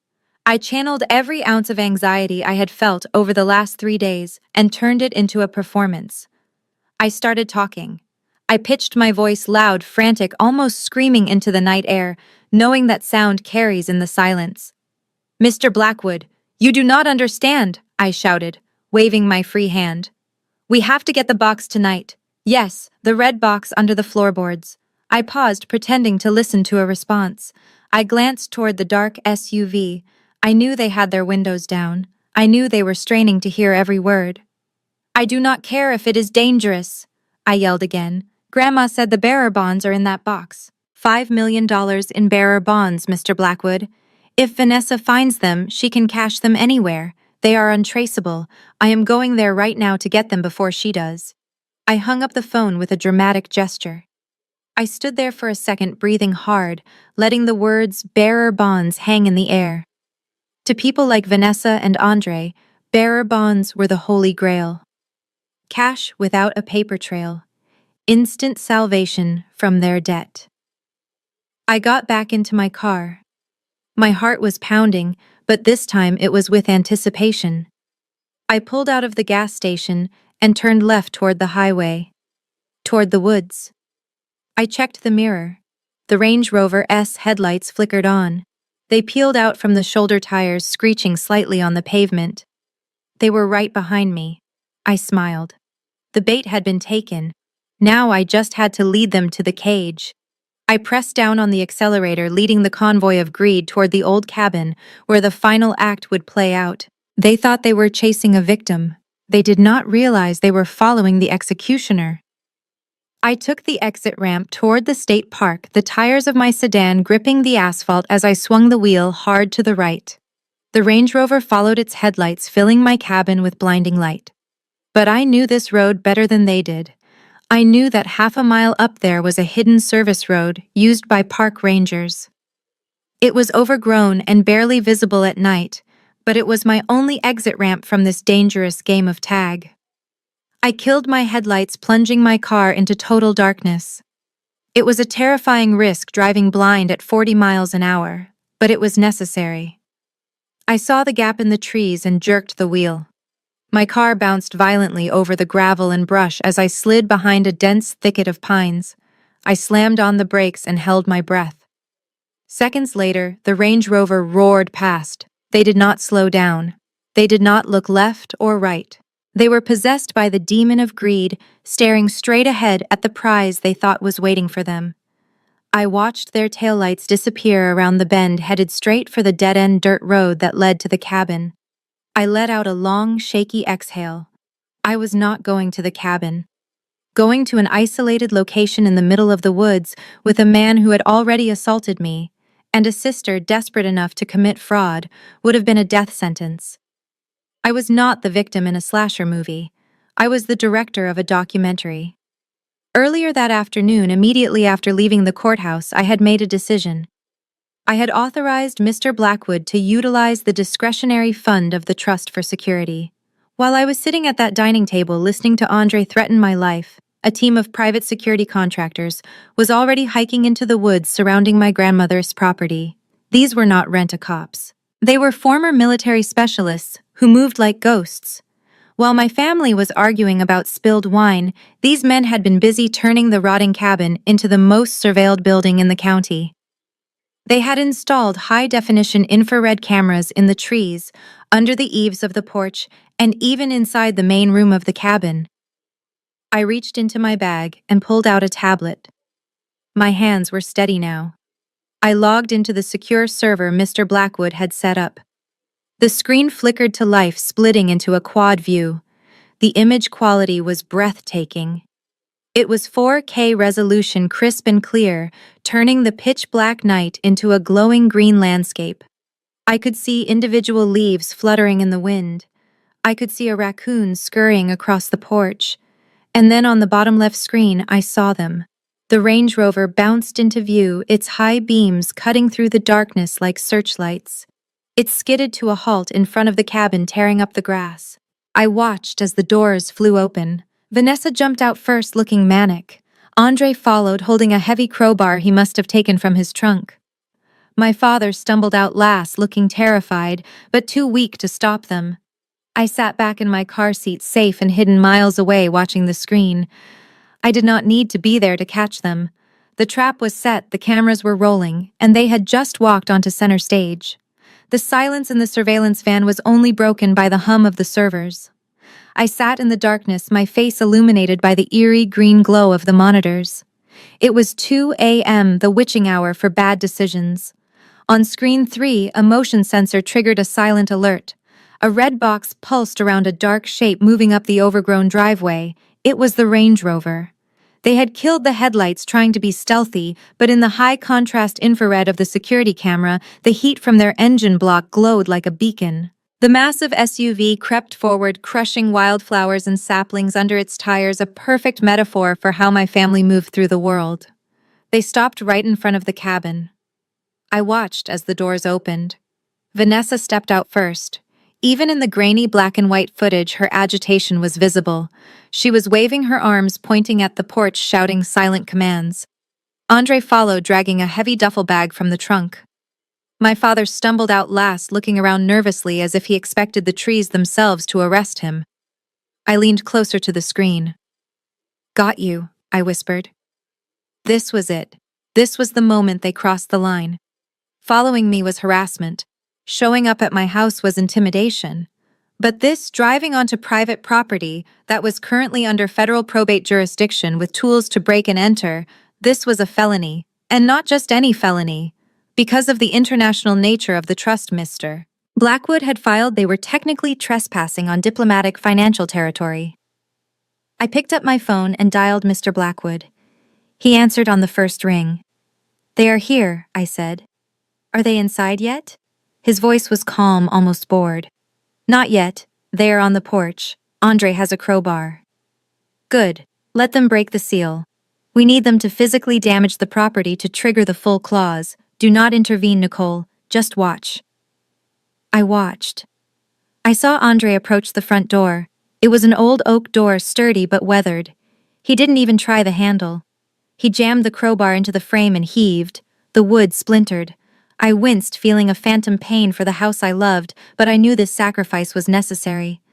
With a final violent crack, the door gave way. Andre kicked it open, and the three of them disappeared into the darkness of the cabin. I switched the camera view to the interior. The hidden cameras inside activated instantly. I saw them standing in the middle of the living room, their flashlights cutting through the dusty air. They looked like grave robbers. Vanessa was already ripping books off the shelves, throwing them to the floor in her frantic search. My father was checking the fireplace. But Andre headed straight for the corner. The north corner. He knelt down and tapped the floorboards with the crowbar. He found the loose one. He looked up at Vanessa and nodded. The greed on their faces was so naked, so raw, it was almost hard to watch. They thought they were seconds away from salvation. They had no idea they were digging their own graves. I watched in high-definition silence as the people who raised me turned into common criminals right before my eyes. The infrared camera captured every splinter of wood that flew through the air as Andre brought the crowbar down again and again. He was not just prying up a floorboard, he was attacking the house with a visceral hatred. Every strike was a release of the rage he felt toward me and his own failures. My father Richard stood by holding a heavy flashlight. The man who had once punished me for coloring on the walls with crayons was now illuminating the scene of a felony. He looked pale in the wash of the LED light, but he did not stop them. He did not say this is wrong. He just pointed the beam at the floor, his hands shaking, making the light dance nervously across the dust. Vanessa was on her knees beside Andre. She looked like a woman possessed. She was clawing at the gaps in the wood with her manicured fingernails, disregarding the splinters and the dirt. "Faster, Andre," she hissed. Her voice was tinny, coming through the hidden microphone, but the panic in it was unmistakable. "We have to get it and get out." With a sickening crack, a 2-foot section of the century-old heart pine flooring gave way. Andre ripped it up, exposing the dark crawl space beneath. The sound of the wood snapping felt like a bone breaking. I winced in the safety of my car, but I did not look away. "There it is!" Vanessa shrieked. She practically dove into the hole. "I see it. The red box." On the monitor, I saw her pull out a rusted metal tin. It was an old biscuit box painted red, the paint peeling and faded. It was the same box I used to hide my childhood treasures in. To them, it looked like a treasure chest. Mr. Blackwood's voice came through my phone speaker. "We have enough, Nicole. That is destruction of property, criminal trespassing, and burglary of an estate under federal audit. They have just handed us everything." I felt a cold sense of satisfaction. They had done exactly what we predicted. By breaking into the cabin and physically destroying the floor to get to the assets, they had violated the primary condition of the trust. They had proven they were not responsible beneficiaries but looters. But the legal victory was only half the battle. The real punishment was about to happen when they opened that box. I watched as they huddled around the rusty tin like a pack of wolves over a carcass. Andre threw the crowbar aside. My father leaned in so close his nose almost touched the lid. "Open it," Andre commanded. Vanessa's hands were trembling so hard she fumbled with the latch. She thought she was holding $5 million in bearer bonds. She thought she was holding the deed to her freedom. She had no idea she was holding the evidence of their own moral bankruptcy. The latch clicked open. Vanessa threw back the lid. The three of them froze, staring into the box. I leaned back in my seat and let out a long, slow breath. The trap had snapped shut, and the bait was not what they expected at all. The glow of the infrared monitor painted my sister's face in ghostly shades of green and white, but even the distortion of the camera could not hide the manic ecstasy in her eyes. She sat in the dirt and debris of the ruined floor, cradling the rusty red tin box against her chest, as if it were a newborn child. For a moment, she did not even try to open it. She just rocked back and forth, muttering to herself. I turned up the volume on my headset, and I heard her whispering the same three words over and over again. "We are saved. We are saved." Andre did not share her sentimental moment. He kicked a piece of splintered wood aside and loomed over her. "Open it," he barked, his voice echoing harshly in the empty cabin. "Stop hugging the damn thing and open it, Vanessa. We need to verify the bonds are inside before we move. We have been here too long already." My father Richard was wiping sweat from his forehead with his sleeve. His flashlight beam was shaking violently, making the shadows in the room dance like nervous ghosts. "Just open it, honey," he said, his voice cracking. "Let us just see the money and go." "Please, I do not feel right about this." Vanessa looked up at them with a smile that was terrifying in its intensity. It was the smile of an addict who had finally scored after a long, painful withdrawal. "Do not be stupid, Dad," she said. "This is not just money, this is justice. Grandma hid this from us. She wanted us to suffer, but I won. I beat her." She set the box down on the unparalleled floorboards. Her manicured fingers, which were now chipped and dirty, scrambled over the corroded metal latch. The mechanism was stiff, frozen by decades of humidity and neglect. She grunted in frustration, tearing at the metal with her nails. I watched from my safe house, feeling a cold detachment. I knew exactly how hard that latch was to open. I remembered struggling with it when I was 10 years old, trying to hide my drawings before my mother could throw them away. It was poetic that the same box I used to protect my childhood was now the object of their destruction. "Here, give it to me," Andre growled, reaching for the box. "No," Vanessa screamed, pulling it away. "It is mine. I found it." With a sudden violent jerk, she twisted the metal tab. There was a screech of protesting rust that sounded like a scream. The lid popped open. The three of them froze. My father leaned in closer, his flashlight illuminating the interior of the box. Vanessa reached inside, her hand trembling uncontrollably. She was expecting to feel the crisp, high-quality paper of bearer bonds. She was expecting to see the intricate scrollwork of financial freedom. She was expecting millions. I took a sip of water, watching the screen. I saw Vanessa freeze. I saw the triumphant smile slide off her face like melting wax. She pulled out a handful of papers, but they were not bonds. They were old, yellowed, and bound with twine. "What is this?" Andre asked, his voice dropping to a dangerous whisper. "What is in your hand, Vanessa?" Vanessa stared at the papers. She flipped through them frantically, digging back into the box, throwing items onto the floor in a panic. "No," she whimpered. "No, no, no. This cannot be it. Where is the rest?" I leaned into the microphone even though they could not hear me. "Read it, Vanessa," I whispered. "Read what you really inherited." Vanessa's scream tore through the damp silence of the cabin. She hurled the stack of yellowed papers against the rotting log wall. "This is trash!" she shrieked, her voice breaking into a sob. "It is just trash! Old letters, diaries. Where is the money? Where are the bonds?" My father Richard picked up one of the pieces of paper that had fluttered to the floor near his feet. He shined his flashlight on it, and I saw his face go pale. He recognized the handwriting. It was his own. "This is not just trash," he whispered. "This is a promissory note. From 20 years ago." He picked up another one. "And this one. This is the loan for my first Mercedes. And this is the money for Vanessa's tuition." I watched on the monitor as the realization hit them.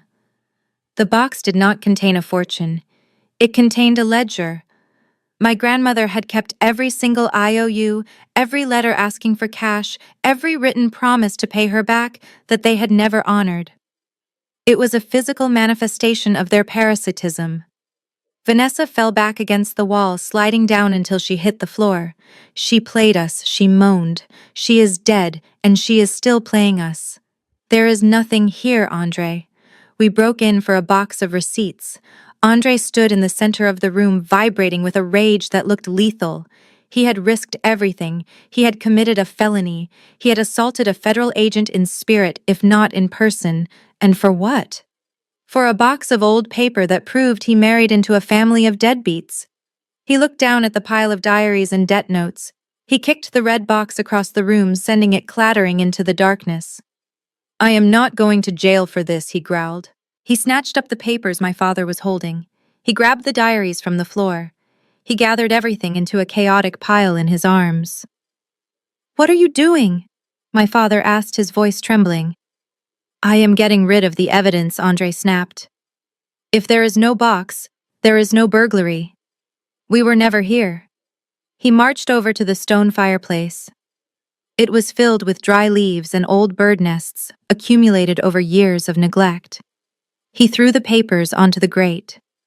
Andre. Wait, Vanessa cried weakly. Maybe we should check them again. Maybe the bonds are hidden inside the pages. Burn it all, Andre yelled. He pulled a silver lighter from his pocket. He flicked the wheel and a small orange flame danced in the darkness. He touched it to the dry leaves. The fire caught instantly. The dry paper, the old covers of the diaries, the evidence of their debts, it all went up in a sudden rush of heat and light. I sat in the surveillance van and watched the flames lick at the documents. My heart beat faster. Andre thought he was destroying evidence of a break-in. He thought he was covering his tracks. He had no idea that he was actually destroying the only proof of ownership for the most valuable asset my grandmother possessed. Those were not just diaries.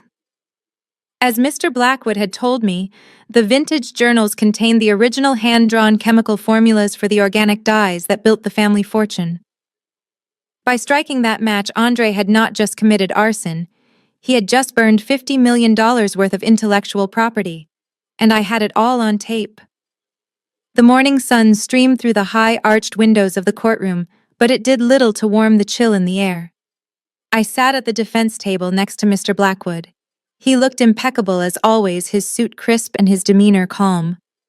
I, on the other hand, made sure to look exhausted. I slumped slightly in my chair and let my shoulders droop. I wanted them to see a woman who was broken. I wanted them to feel safe. When the double doors swung open, Vanessa entered like she was walking a runway. She had traded her somber morning clothes for a bright white power suit that cost more than my annual rent. Her hair was perfectly blown out and her makeup was flawless, covering any trace of the sweat and dirt from the night before. Andre walked beside her, his chest puffed out, his swagger back in full force. He looked like a man who had successfully disposed of a body and gotten away with it. They did not look at me with anger today. They looked at me with a terrifying mix of pity and triumph. In their minds, the slate was wiped clean. They believed that by burning those papers, they had destroyed the only leverage I had. They thought the debt was gone. They thought the evidence of their financial ruin was nothing but ash in a cold fireplace. Now they believed the path to the millions was wide open, and they were ready to run me over to get there. All rise, the bailiff called out. The judge took his seat, looking weary. He shuffled the files on his bench, clearly dreading another day of the Brooks family saga. We are here to continue the preliminary hearing regarding the status of the trust, he mumbled. Mr. Blackwood has requested a suspension pending an audit. Vanessa S. lawyer stood up immediately. He looked energized, fueled by whatever story Vanessa had fed him over breakfast. Your Honor, before we proceed with any audit, the plaintiff would like to file an emergency cross-complaint. We are formally accusing the defendant, Nicole Brooks, of the illegal concealment of estate assets and fraud. The judge paused, his hand freezing over his water glass. He looked over his spectacles. Fraud. That is a serious accusation, Counselor. You had better have grounds for this. We do, Your Honor, the lawyer said, gesturing grandly toward me. We have reason to believe that the so-called assets hidden in the cabin were removed by the defendant prior to the death of the decedent. We believe she emptied the safety deposit box mentioned by Mr. Blackwood and is currently hiding millions of dollars in bearer bonds in an undisclosed location. Vanessa stood up, unable to contain herself. She gripped the railing in front of her, her eyes shining with fake tears. "She stole it, Your Honor," she cried out. "She knew where Grandma hid the money.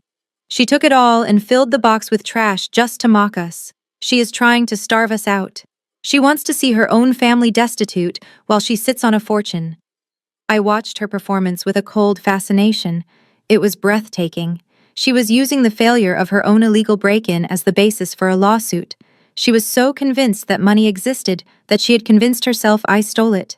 She could not conceive of a world where the treasure was not cash.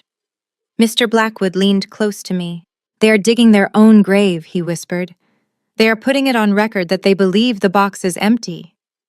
I nodded slightly. They were walking right into the line of fire.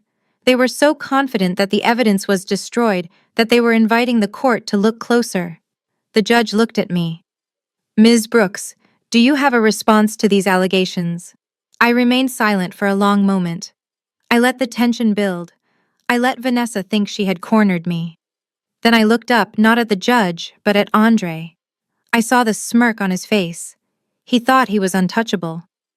Let them present their case, I thought. Let them lie under oath one more time, because when the video plays, the fall will be that much harder. Here is part 23 of the script continuing directly from the previous section. The man standing next to Andre was not a probate lawyer. He was a weapon. I recognized him immediately from the tabloids. His name was Mr. Thorne, and he made his living destroying reputations in high-profile divorce cases. He did not care about the law. He cared about humiliation. He stood up, smoothing the lapels of a suit that looked like it was made of shark skin, and approached the bench with a predatory grace. "Your Honor." He began, his voice dripping with faux concern. "While the allegations of fraud are serious, they are merely a symptom of a much larger issue. We are filing an emergency motion to have Ms. Brooks evaluated by a court-appointed psychiatrist. We believe she lacks the mental capacity to manage her own affairs, let alone an estate of this magnitude." The judge frowned, looking over his glasses. "On what grounds, Counselor?" Mr. Thorne turned to look at me. His eyes were dead cold. "On the grounds of a long history of instability, paranoia, and delusions of persecution. We have affidavits from her family members stating that Ms. Brooks has been exhibiting erratic behavior for years. She hoards garbage, believing it to be valuable. She isolates herself from society, and most recently she has been suffering from acute hallucinations." He picked up a piece of paper and waved it in the air. "Just last night, Ms. Brooks called her family in a panic, claiming she was being chased by shadowy figures. She claimed her brother-in-law was trying to run her off the road. She claimed there were secret agents guarding a rotting cabin in the woods. These are not the actions of a sane woman, Your Honor. These are the classic symptoms of a paranoid schizophrenic break." I felt a chill run down my spine. It was a brilliant and evil strategy. They were taking the very real events of last night, the car chase, the security team, the confrontation, and twisting them. By claiming I was crazy, they could dismiss everything I said as a delusion. If I told the judge Andre tried to kill me, Thorne would just nod and say, "See, she is hallucinating again." My mother let out a small sob from the gallery. "She is sick, Your Honor," she cried out. "We just want to get her help. We want to put her in a facility where she can be safe." It was the ultimate gaslighting. They did not want to help me. They wanted to institutionalize me. If they could get me declared incompetent, they could take power of attorney over me. They could take the trust, the house, the money, and lock me away in a sedated haze where I could never tell anyone the truth. Mr. Thorne continued his assault. "We also have evidence that Ms. Brooks has an unhealthy obsession with her late grandmother, believing the deceased speaks to her through inanimate objects. She believes a box of old trash contains millions of dollars. She is living in a fantasy world, Your Honor.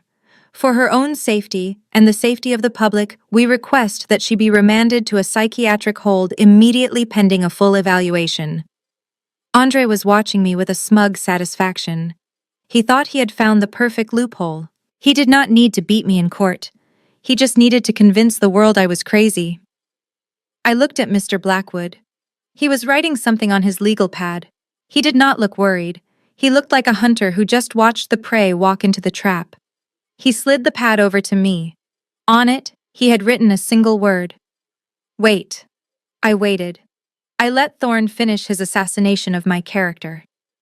I let him paint me as a broken, delusional woman. Because the more he insisted that my delusions about the events of last night were fake, the more devastating it would be when we proved they were real.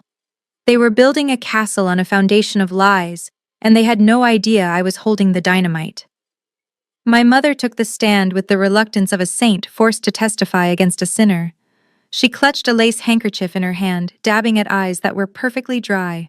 When Mr. Thorne asked her to describe my childhood, she let out a long, trembling sigh that seemed to suck the oxygen out of the room. It started when she was very young, Cynthia said, her voice quavering.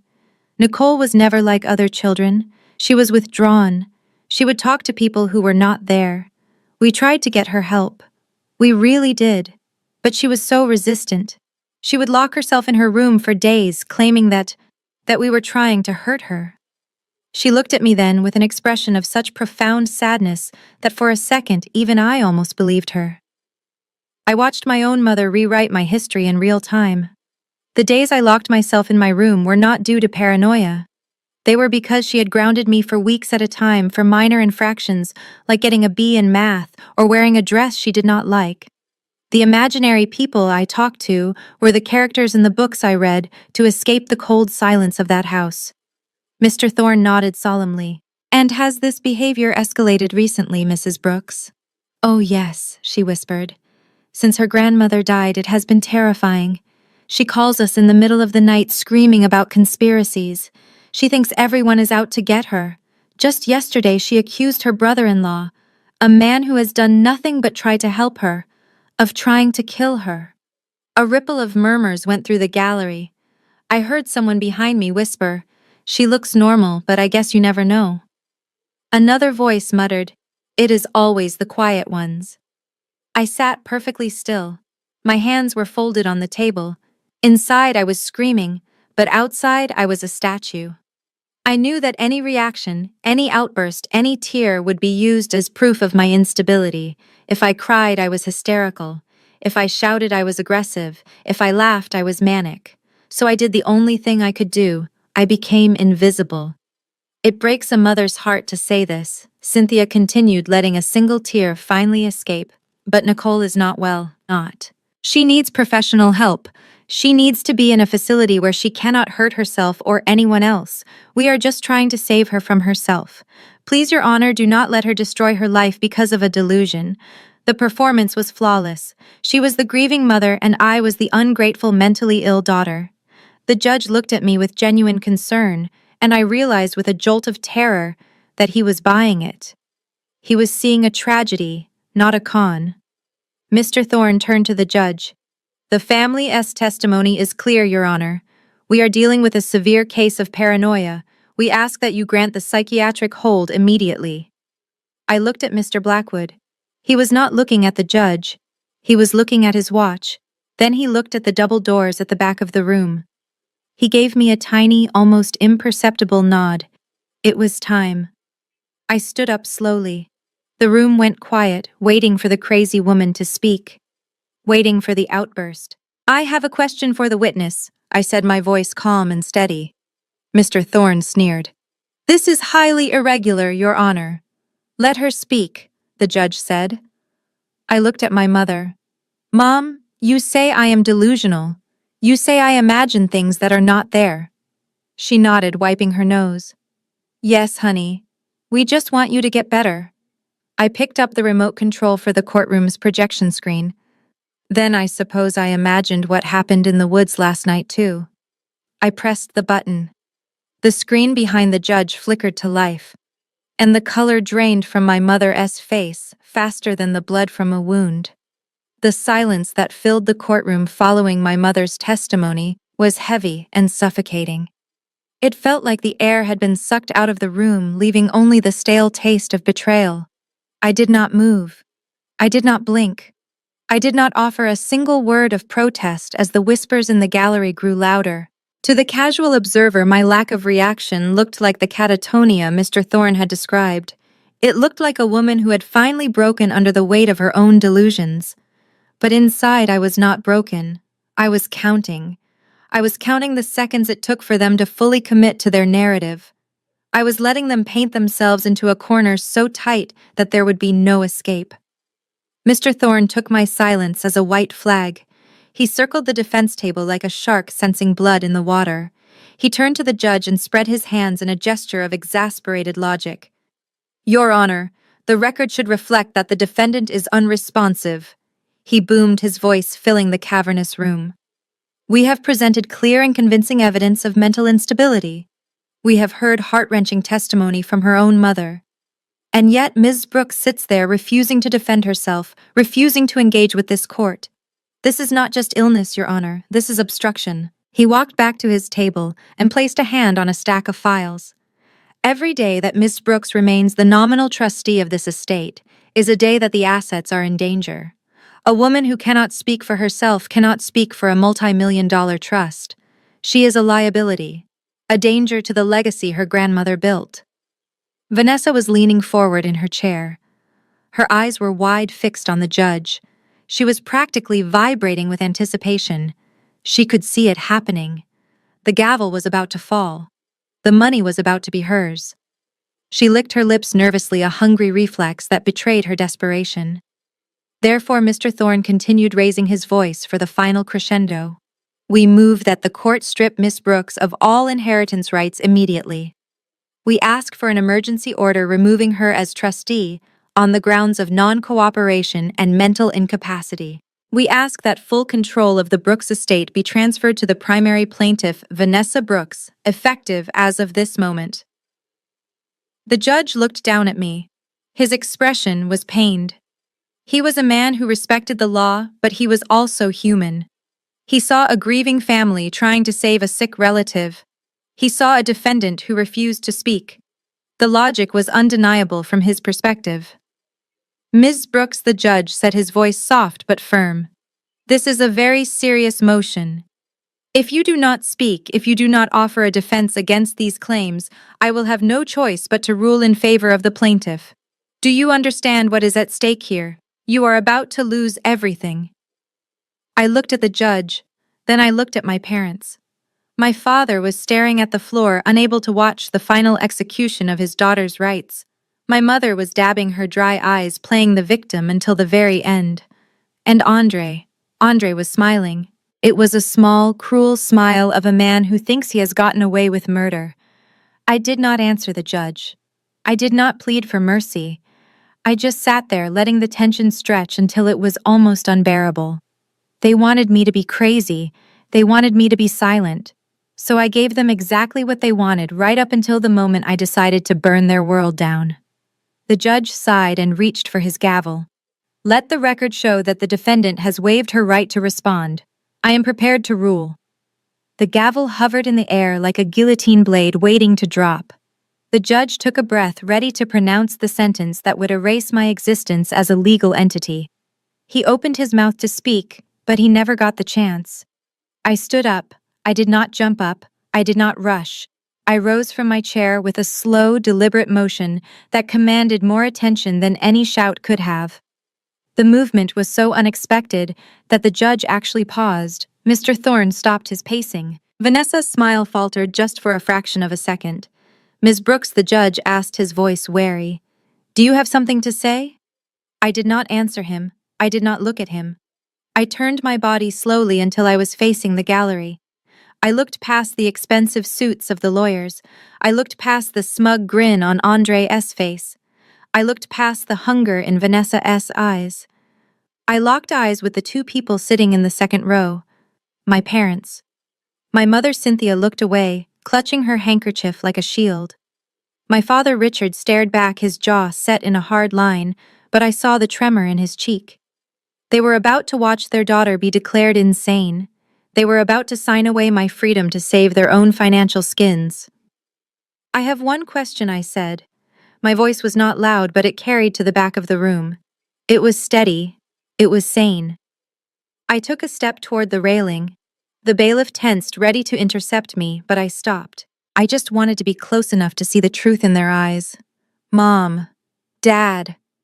I spoke their names like foreign words. Look at me. My mother slowly raised her head. Her eyes were red-rimmed and fearful. You are about to go on record and swear that I am mentally incompetent, I continued. You are about to strip me of my rights. You are about to erase me from this family legally and permanently. I paused, letting the weight of the words hang in the air. I am giving you one chance, one final chance to tell the truth, to tell the judge that I am not crazy, to tell him that I am the only one who has ever actually taken care of you. If you stop this now, we can walk away. But if you let the judge bring that gavel down, there is no turning back. The room was deadly silent. Even the court reporter had stopped typing. It was the moment of truth, the moment where a parent chooses between their child and their greed. I saw my mother waver. I saw her mouth open slightly. For a second, I thought she might do the right thing. I thought she might remember the daughter who paid her bills and sat by her bedside. But then Vanessa reached out. She did not say a word. She just placed her hand heavily on our mother's shoulder.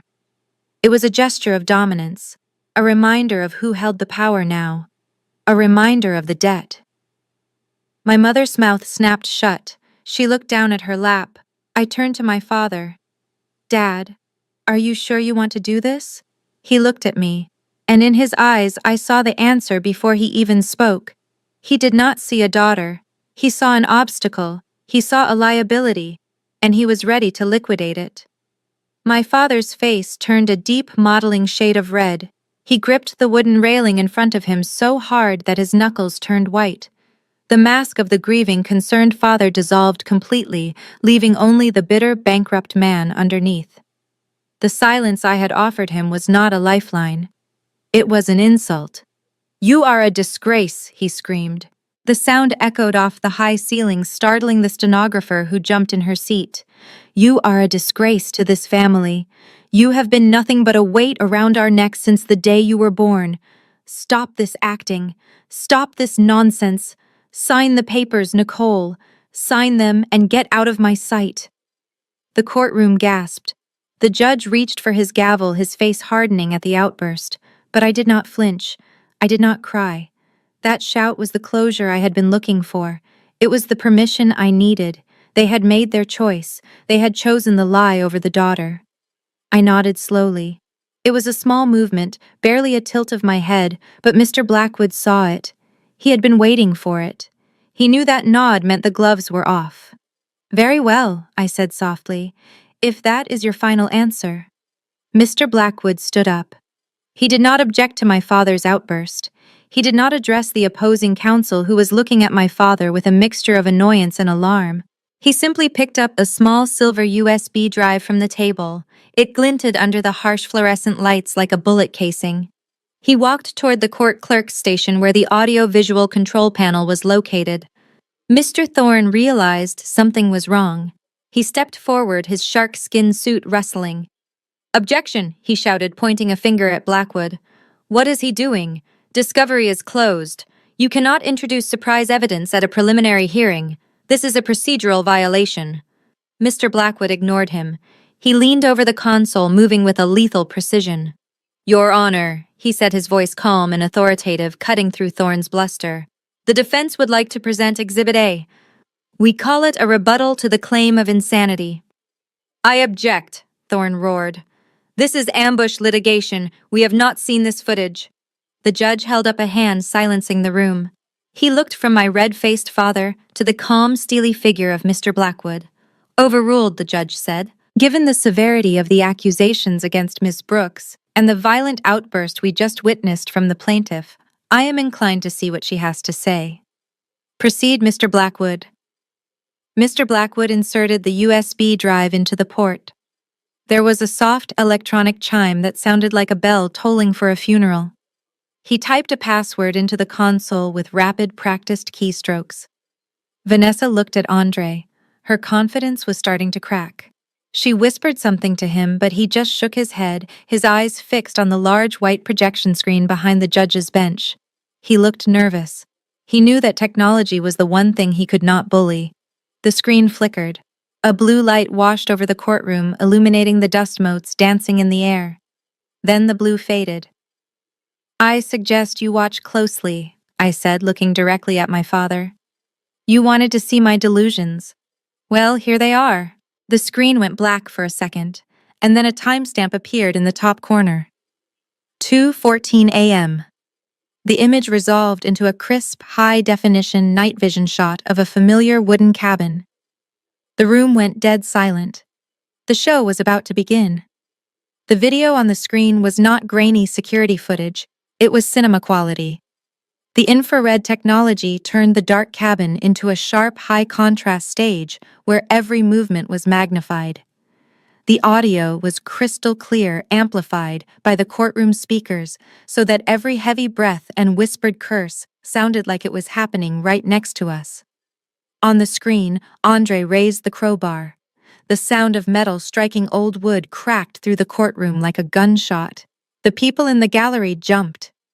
On the video, Andre swung again and again, his face twisted in a rictus of greed and rage. He did not look like a concerned brother-in-law trying to help a mentally ill relative. He looked like a thug. Then came Vanessa's voice. It was shrill and demanding, cutting through the silence of the court. "Tear it up, Andre. Who cares about the floor? We need that box." The jurors in the back row leaned forward. The judge took off his glasses, his eyes glued to the screen. This was not the behavior of a family worried about safety. This was a raid. The video cut to the moment they found the red tin. Vanessa, as frantic hands clawing at the lid, were projected 10 feet tall. Her scream of disappointment when she found the papers echoed off the walls. "This is trash," she shrieked on the recording. "It is just trash. Where are the bonds?"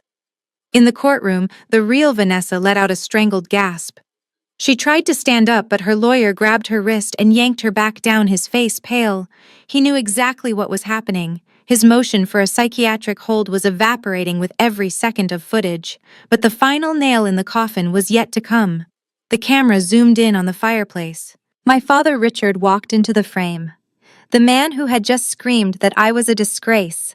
The man who had demanded I sign away my rights was holding the vintage diaries and the promissory notes.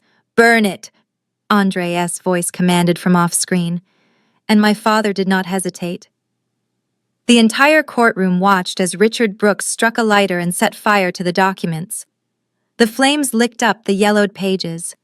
The audio picked up the crackle of the fire, and my father's muttering, "Just get rid of it. If there is no box, there is no burglary." The reaction in the room was instantaneous.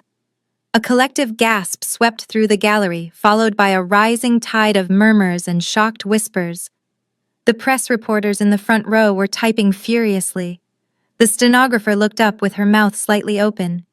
I looked at my father. He was staring at the screen, unable to look away from his own crime. He looked small. He looked defeated. The dignified patriarch mask was gone, replaced by the image of a man burning evidence in a dark room. Mr. Thorne, the shark lawyer, slowly closed his file. He did not look at Andre. He did not look at the judge. He looked like a man looking for the nearest exit. Mr. Blackwood hit the spacebar, and the video froze on the image of the fire. The frozen flame illuminated the room, casting long shadows over the defense table. "Your Honor," Mr. Blackwood said, his voice cutting through the noise. "As you can see, my client was not hallucinating. She was accurately reporting a felony in progress.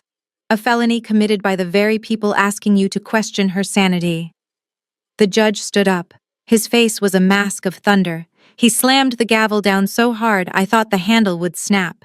"Silence," the judge roared. "Absolute silence in this court." He turned his gaze to the plaintiff's table. It was a look that promised retribution. "Mr. Thorne," he said, his voice shaking with suppressed anger, "you have exactly 30 seconds to explain why you just filed a motion based on perjury while your clients were destroying evidence of a federal trust. And I suggest you choose your words very carefully, because right now I am about 2 minutes away from holding everyone at that table in contempt." The silence that followed the judge's threat was heavy and suffocating.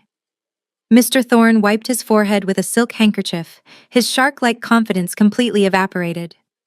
He mumbled something about needing to consult with his clients, but nobody was listening to him.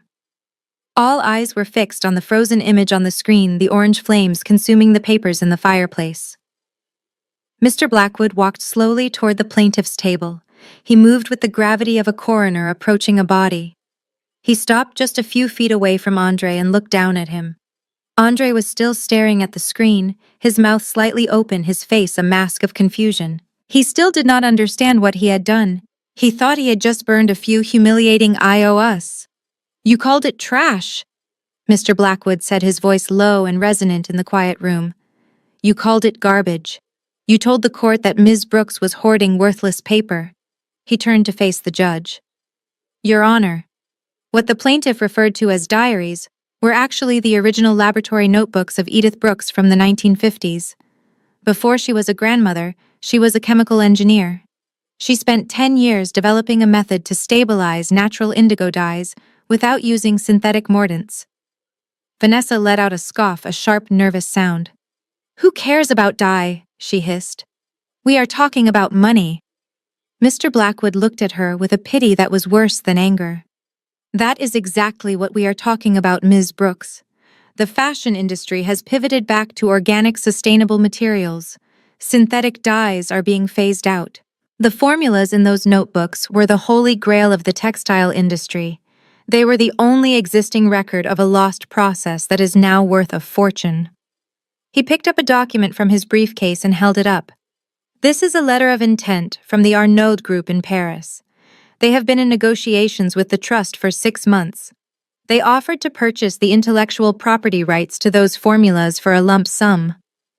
He paused, letting the room wait for the number, $50 million. The number hung in the air like a physical weight. I saw the blood drain from Vanessa's face so fast she looked like a corpse. Her lips moved, but no sound came out. My father Richard slumped back in his chair as if he had been shot. He gripped the edge of the table, his eyes bulging. "50 million, my father whispered. 50. "Yes," Mr. Blackwood continued relentlessly. "The deal was contingent on the delivery of the original physical manuscripts for verification. The buyers needed to test the age of the ink and the paper to prove authenticity. They needed exactly what you just burned in that fireplace." He pointed to the screen where the fire was frozen in time. "You did not just burn evidence of a burglary, Mr. Brooks. You burned the inheritance you were so desperate to steal. You incinerated $50 million in less than 2 minutes. And because you destroyed the asset while committing a felony, the insurance policy is void." Andre let out a sound that was half moan, half scream. He grabbed his hair with both hands, pulling at it violently. "No," he yelled. "No, that is a lie. It was just paper. It was just old paper. It was intellectual property," Mr. Blackwood corrected him coldly. "And now it is ash. The estate is now effectively bankrupt regarding liquid assets because the primary value has been destroyed by the plaintiffs themselves." Vanessa turned on Andre. Her eyes were wild. "You burned it!" she shrieked, tackling him in her chair. "You idiot! You burned it all. You said it was trash. You said it was nothing." "Order," the judge bellowed, banging his gavel. "Order in this court." But the chaos had already erupted. Vanessa was clawing at Andre's face, screaming about the money. My father was staring at his hands, the hands that had lit the match, shaking uncontrollably. And I sat there watching the empire of greed crumble into dust, knowing that they had not just lost the war. They had nuked their own battlefield. The chaos in the courtroom did not last long. It was replaced by a silence so profound it felt like the air pressure dropped. Vanessa had stopped screaming. She was staring at her hands as if they were covered in blood. Andre was leaning against the table, breathing heavily, like a fighter who knows he has been knocked out but refuses to fall. My father Richard just sat there looking at the screen, where the loop of him burning the papers played over and over again. Mr. Blackwood turned back to the judge. He was not finished. He reached into his briefcase one last time and pulled out a document with a gold seal at the bottom. "Your Honor, while the financial loss is catastrophic, The legal implications are far more severe. The defense would like to submit Exhibit C. This is a certificate of registration from the Department of National Heritage. The judge adjusted his spectacles and leaned forward. National Heritage. Explain yourself, Mr. Blackwood. Edith Brooks was a patriot, Mr. Blackwood said. She knew her work was significant not just for her family, but for the history of American industry. 2 years ago, she had those notebooks cataloged and registered as protected historical artifacts. She donated the physical ownership to the National Archive with the stipulation that she would retain possession until her death. He turned to look at Andre, who was now trembling visibly. This means that what we just watched on that screen was not just the burning of private property. It was the destruction of registered national assets. Under Title 18 of the United States Code, the willful destruction of historical record is a federal felony carrying a mandatory minimum sentence. The shark lawyer, Mr. Thorne, slowly backed away from the table. He put his hands up in a gesture of surrender. Your Honor, I am recusing myself. I cannot represent clients who are actively committing federal crimes in my presence. I am not finished, Mr. Blackwood interrupted, his voice hard as flint. Because this destruction occurred during a court-ordered probate freeze and was done specifically to hide evidence of a burglary, we are also looking at conspiracy to commit obstruction of justice. The judge did not hesitate. He looked at the bailiff standing by the door. Secure the exits. Before anyone could process the command, the heavy double doors at the back of the courtroom swung open with a booming sound. 3 officers in dark uniforms stepped inside. They were not regular court security. The gold badges on their chests identified them as federal marshals. They moved with the heavy, purposeful stride of men who are not there to ask questions. The lead marshal walked straight to the plaintiff's table. Andre Brooks, he said, his voice flat and professional. Vanessa Brooks, Richard Brooks, please stand up and place your hands behind your backs. Vanessa let out a sharp cry. No! You cannot do this! We are the victims here! She stole our money! The marshal did not argue. He simply spun her around. The sound of the handcuffs ratcheting shut echoed loudly in the room. Click, click, click. Andre tried to pull away. Do not touch me, he snarled. Do you know who I am? I will sue this entire department. The marshal slammed him down onto the table, pressing his face against the polished wood. You have the right to remain silent, the officer said, tightening the cuffs until Andre winced. And I suggest you use it. My father did not fight. He stood up slowly, looking old and broken. He held his hands out to the officer, accepting his fate with a grim resignation. As the metal cuffs locked around his wrists, he looked across the aisle at me. His eyes were filled with a terrible mixture of regret and accusation. I watched them being led away. My mother was sobbing in the gallery, clutching the back of the bench, but nobody moved to comfort her. The judge banged his gavel one final time. This court is adjourned, the judge declared. All matters regarding the Brooks estate are suspended, pending the criminal trial. As the heavy doors closed behind my family, cutting off Vanessa's wailing protests, Mr. Blackwood closed his briefcase. It is done, he said quietly. I looked at the empty table where they had sat just moments ago, convinced of their victory. It was done. But the war had left scars that no amount of money could ever heal. The heavy oak doors clicked shut behind the federal marshals, leaving a ringing silence in their wake. The courtroom, which had been a theater of chaos just moments ago, was now empty, save for the court clerk packing up her equipment and the 2 of us sitting at the defense table. The air smelled faintly of floor polish and the sweat of desperation that my family had left behind. Mr. Blackwood sat down and began to methodically organize his papers. He stacked the files, aligned the edges, and snapped his briefcase shut. There was no celebration in his movements, just the quiet satisfaction of a craftsman who had completed a difficult job. He pulled one final single sheet of paper from his inside jacket pocket and slid it across the mahogany table toward me. It is done, he said, his voice echoing slightly in the empty room. But there is one final piece of business to conclude. We call this the nuclear option. I looked down at the document. It was titled, Execution of Forfeiture. Most people misunderstand the no contest clause in a will. Mr. Blackwood explained, leaning back in his chair. They think it simply means you cannot complain about what you get. But Edith wrote a very specific addendum for Vanessa. She called it the scorched earth provision. It states that if any beneficiary attempts to physically damage, destroy, or devalue any portion of the estate during the probate process, their claim to the inheritance is immediately and irrevocably voided. I looked up at him. Voided? You mean she loses the formulas? Mr. Blackwood shook his head. I mean she loses everything, Nicole.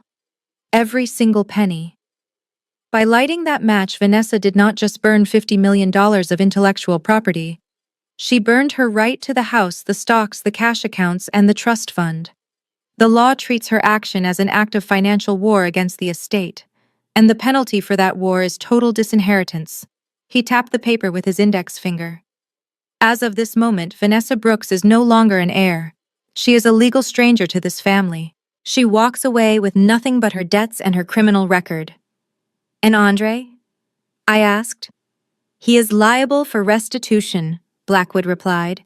He will spend the next 20 years working to pay back the value of what he destroyed, but he will never touch a dime of the Brooks money. The weight of it settled on me. For years they had told me I was worthless. They had told me I deserved nothing. They had schemed and lied and threatened just to keep me from having a share, and in their frantic attempt to take it all, they had handed it to me. Mr. Blackwood stood up and buttoned his jacket. Because there are no other living beneficiaries named in the trust, the remainder of the estate defaults to the sole surviving heir in good standing. He extended his hand to me. Congratulations, Ms. Brooks. You are now the sole owner of the Brooks estate. The house, the land, the portfolio. It is all yours. I stood up and shook his hand.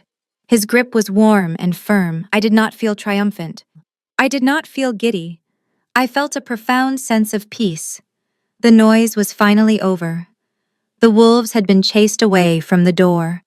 What happens now? I asked. Now, Mr. Blackwood said, picking up his briefcase, we go to work. We have a lot of damage to repair, and I believe you have a cabin to rebuild. I picked up the rusty key that was still sitting on the table. It felt heavy in my hand, not like a burden but like an anchor. I walked out of the courtroom into the bright afternoon sun. The air tasted different. It tasted clean. It tasted like freedom. The physical reality of the arrest shattered whatever dignity Andre had left. As the cold steel of the handcuffs bit into his wrists, he did not go quietly. He twisted his body violently, trying to shake off the grip of the federal marshal. His face was purple with exertion and rage.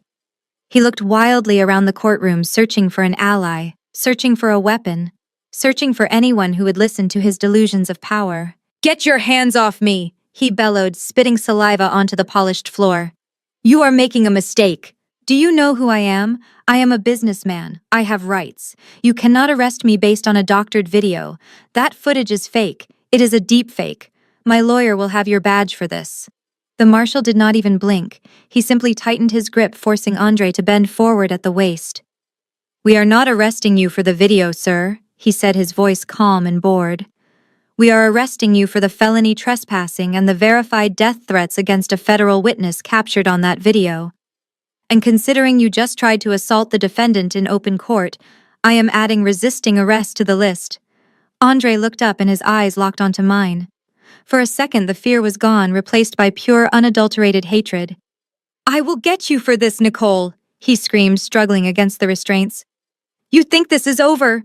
You are dead. You hear me? You are dead. That was the mistake." The judge was still on the bench, watching the scene unfold with a look of absolute disgust. He motioned to the court reporter. "Let the record show that the plaintiff has just issued a direct threat against the defendant in the presence of law enforcement. Bail is denied."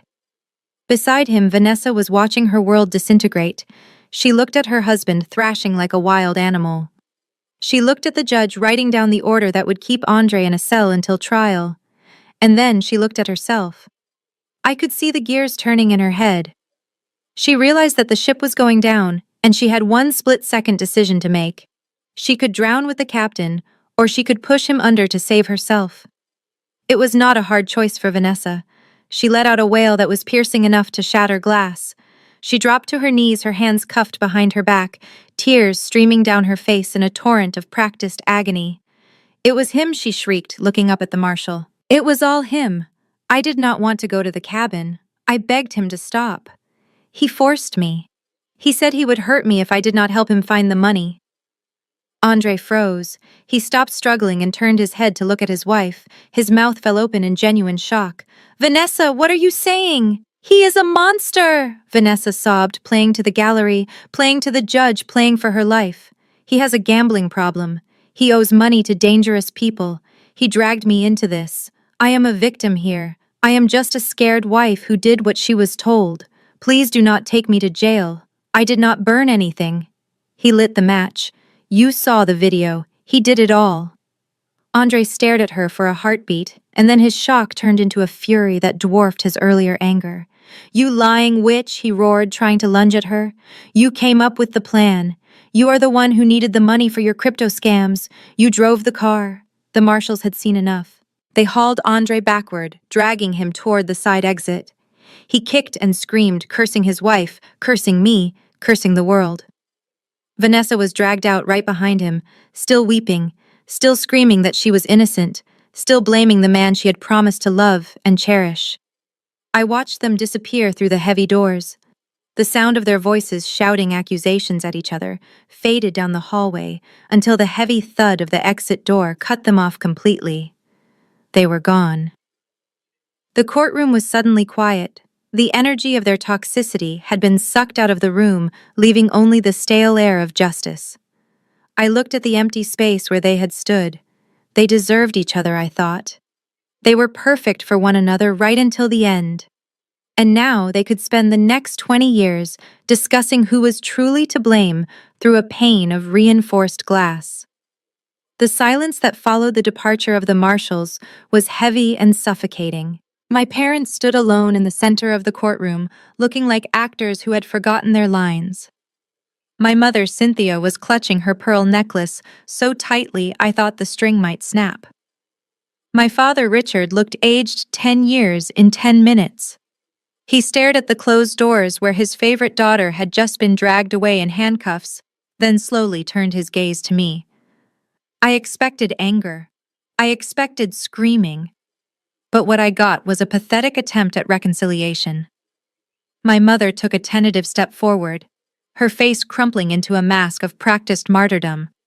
Nicole, she whimpered, reaching out a trembling hand. You have to stop this. You have to call them back. That is your sister. She made a mistake, but she is family. You cannot let her go to prison. I stepped back, avoiding her touch. She did not make a mistake, Mom. She committed a felony. And she tried to frame her husband for it. That is not a mistake. That is character. My father finally found his voice. It was raspy and weak. We need to go home, he muttered, rubbing his temples. We need to go home and figure this out. We will call a real lawyer in the morning. Come on, Cynthia. Let us go. He turned to leave, expecting the world to simply reset because he demanded it. Mr. Blackwood cleared his throat. It was a polite sound, but it stopped my father in his tracks like a physical barrier. I am afraid you cannot do that, Mr. Brooks, Mr. Blackwood said, stepping between my father and the exit.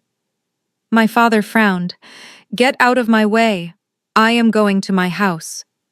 Mr. Blackwood pulled a folded document from his breast pocket. It was thick and bound in blue legal backing. He held it out to my father. Actually, you are not. Because it is not your house. It never was. My father snatched the paper, his hands shaking. What is this nonsense? I bought that house 20 years ago. My name is on the deed. Your name is on the occupancy lease. Mr. Blackwood corrected him. But the deed belongs to the Sovereign Trust. When you ran into financial trouble in 2005, Edith bought the mortgage from the bank to save you from foreclosure. She allowed you to live there under a revocable housing grant. I saw the color drain from my father's face. He remembered. He had suppressed the memory of his own failure, but now it was staring him in the face. The terms of that grant were very specific. Blackwood continued, his voice devoid of sympathy.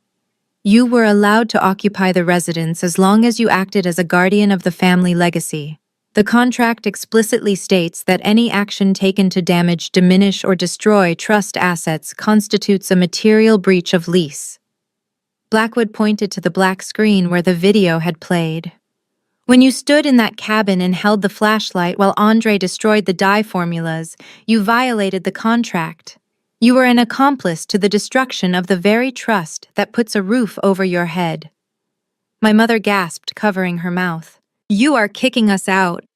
But we have nowhere to go. All our money was in the joint accounts that Vanessa drained. I looked at them.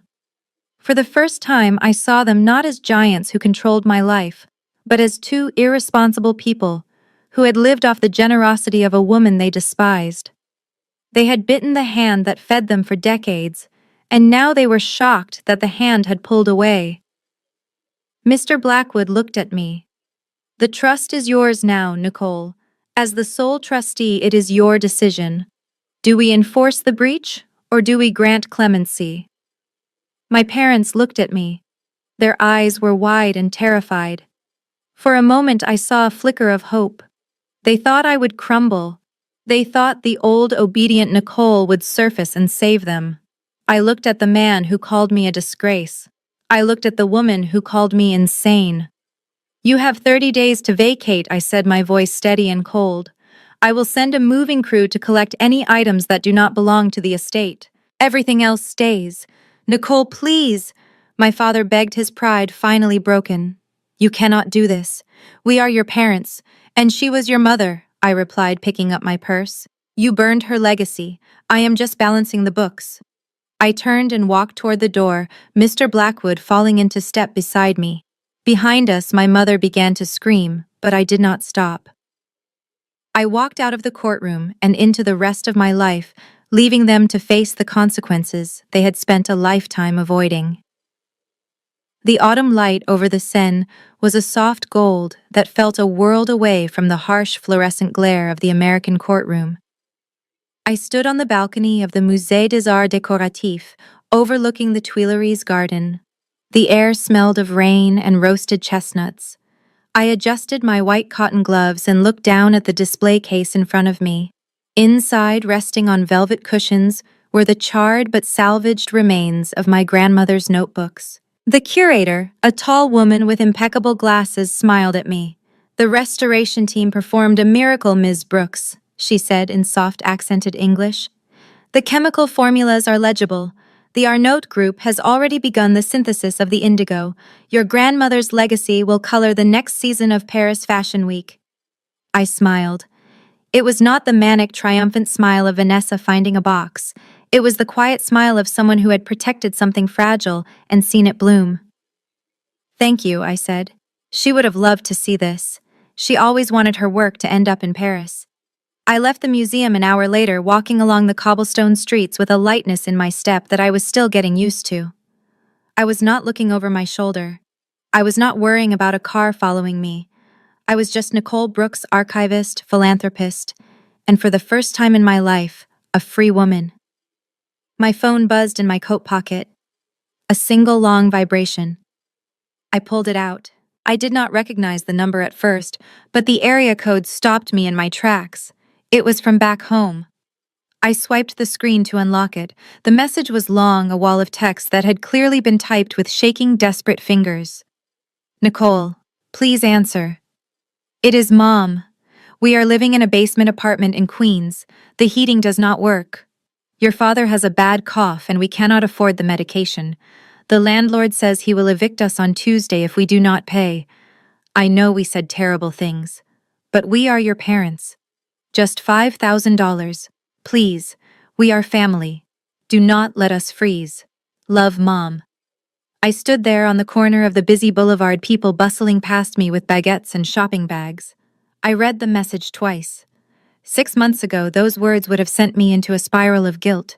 6 months ago, I would have wired the money just to buy a moment of peace, but I remembered the courtroom. I remembered my mother watching silently as her lawyer called me insane. I remembered my father burning the very books that were now resting in the museum behind me. They had not just burned the paper, they had burned the bridge. I looked at the screen one last time. I did not feel angry. I did not feel sad. I felt indifferent. It was the indifference of a stranger reading about a tragedy in a newspaper from another country. I did not type a reply. I did not ask about my father's health. I tapped the information icon in the corner of the screen. I scrolled to the bottom of the menu. My finger hovered over the red text for a second. Block caller. I tapped it. The message vanished from my screen, buried in a digital graveyard along with the rest of my past. I slipped the phone back into my pocket and looked up. Across the street was a small cafe with wicker chairs facing the sun. I crossed the street, my heels clicking rhythmically against the stones. I sat down at a small round table. A waiter appeared with a white apron and a notepad. Mademoiselle, I looked at him. The sun was warm on my face. The city was alive around me, and I had the rest of my life to decide exactly who I wanted to be. Un grand crème, s'il vous plaît, I said. Et un croissant. I sat back and watched the world go by. I was alone, and it was wonderful. The saga of the Brooks estate offers a chilling but necessary lesson on the blinding nature of greed and the quiet, unstoppable power of integrity. The most profound takeaway is that value is not always visible on the surface. Vanessa Andre and the parents were so consumed by their desire for liquid assets, instant cash-bearer bonds and gold, that they literally incinerated the true fortune. They looked at a box of old scientific journals and saw trash because their greed had stripped them of the curiosity and respect required to understand the legacy they were inheriting. It serves as a powerful metaphor for life. When we are too focused on short-term gain, we often destroy the long-term opportunities standing right in front of us. Furthermore, the story teaches us the strategic value of emotional discipline. Nicole won, not because she was louder or more aggressive, but because she remained silent when her enemies were screaming. She understood that desperate people will eventually destroy themselves if given enough rope. By refusing to engage with their toxicity, by refusing to sign their papers, and by letting the cameras record their true nature, she allowed the truth to fight the battle for her. Finally, the story ends with a crucial lesson on boundaries. The conclusion, where Nicole blocks her mother's number, reminds us that shared DNA is not a license for abuse. Forgiveness is a virtue, but protecting one's peace is a necessity. True freedom is not just about having money. It is about having the courage to walk away from people who only value you for what you can give them. If you enjoyed this story of justice, strategy, and sweet revenge, hit that subscribe button and turn on notifications so you never miss the next drama.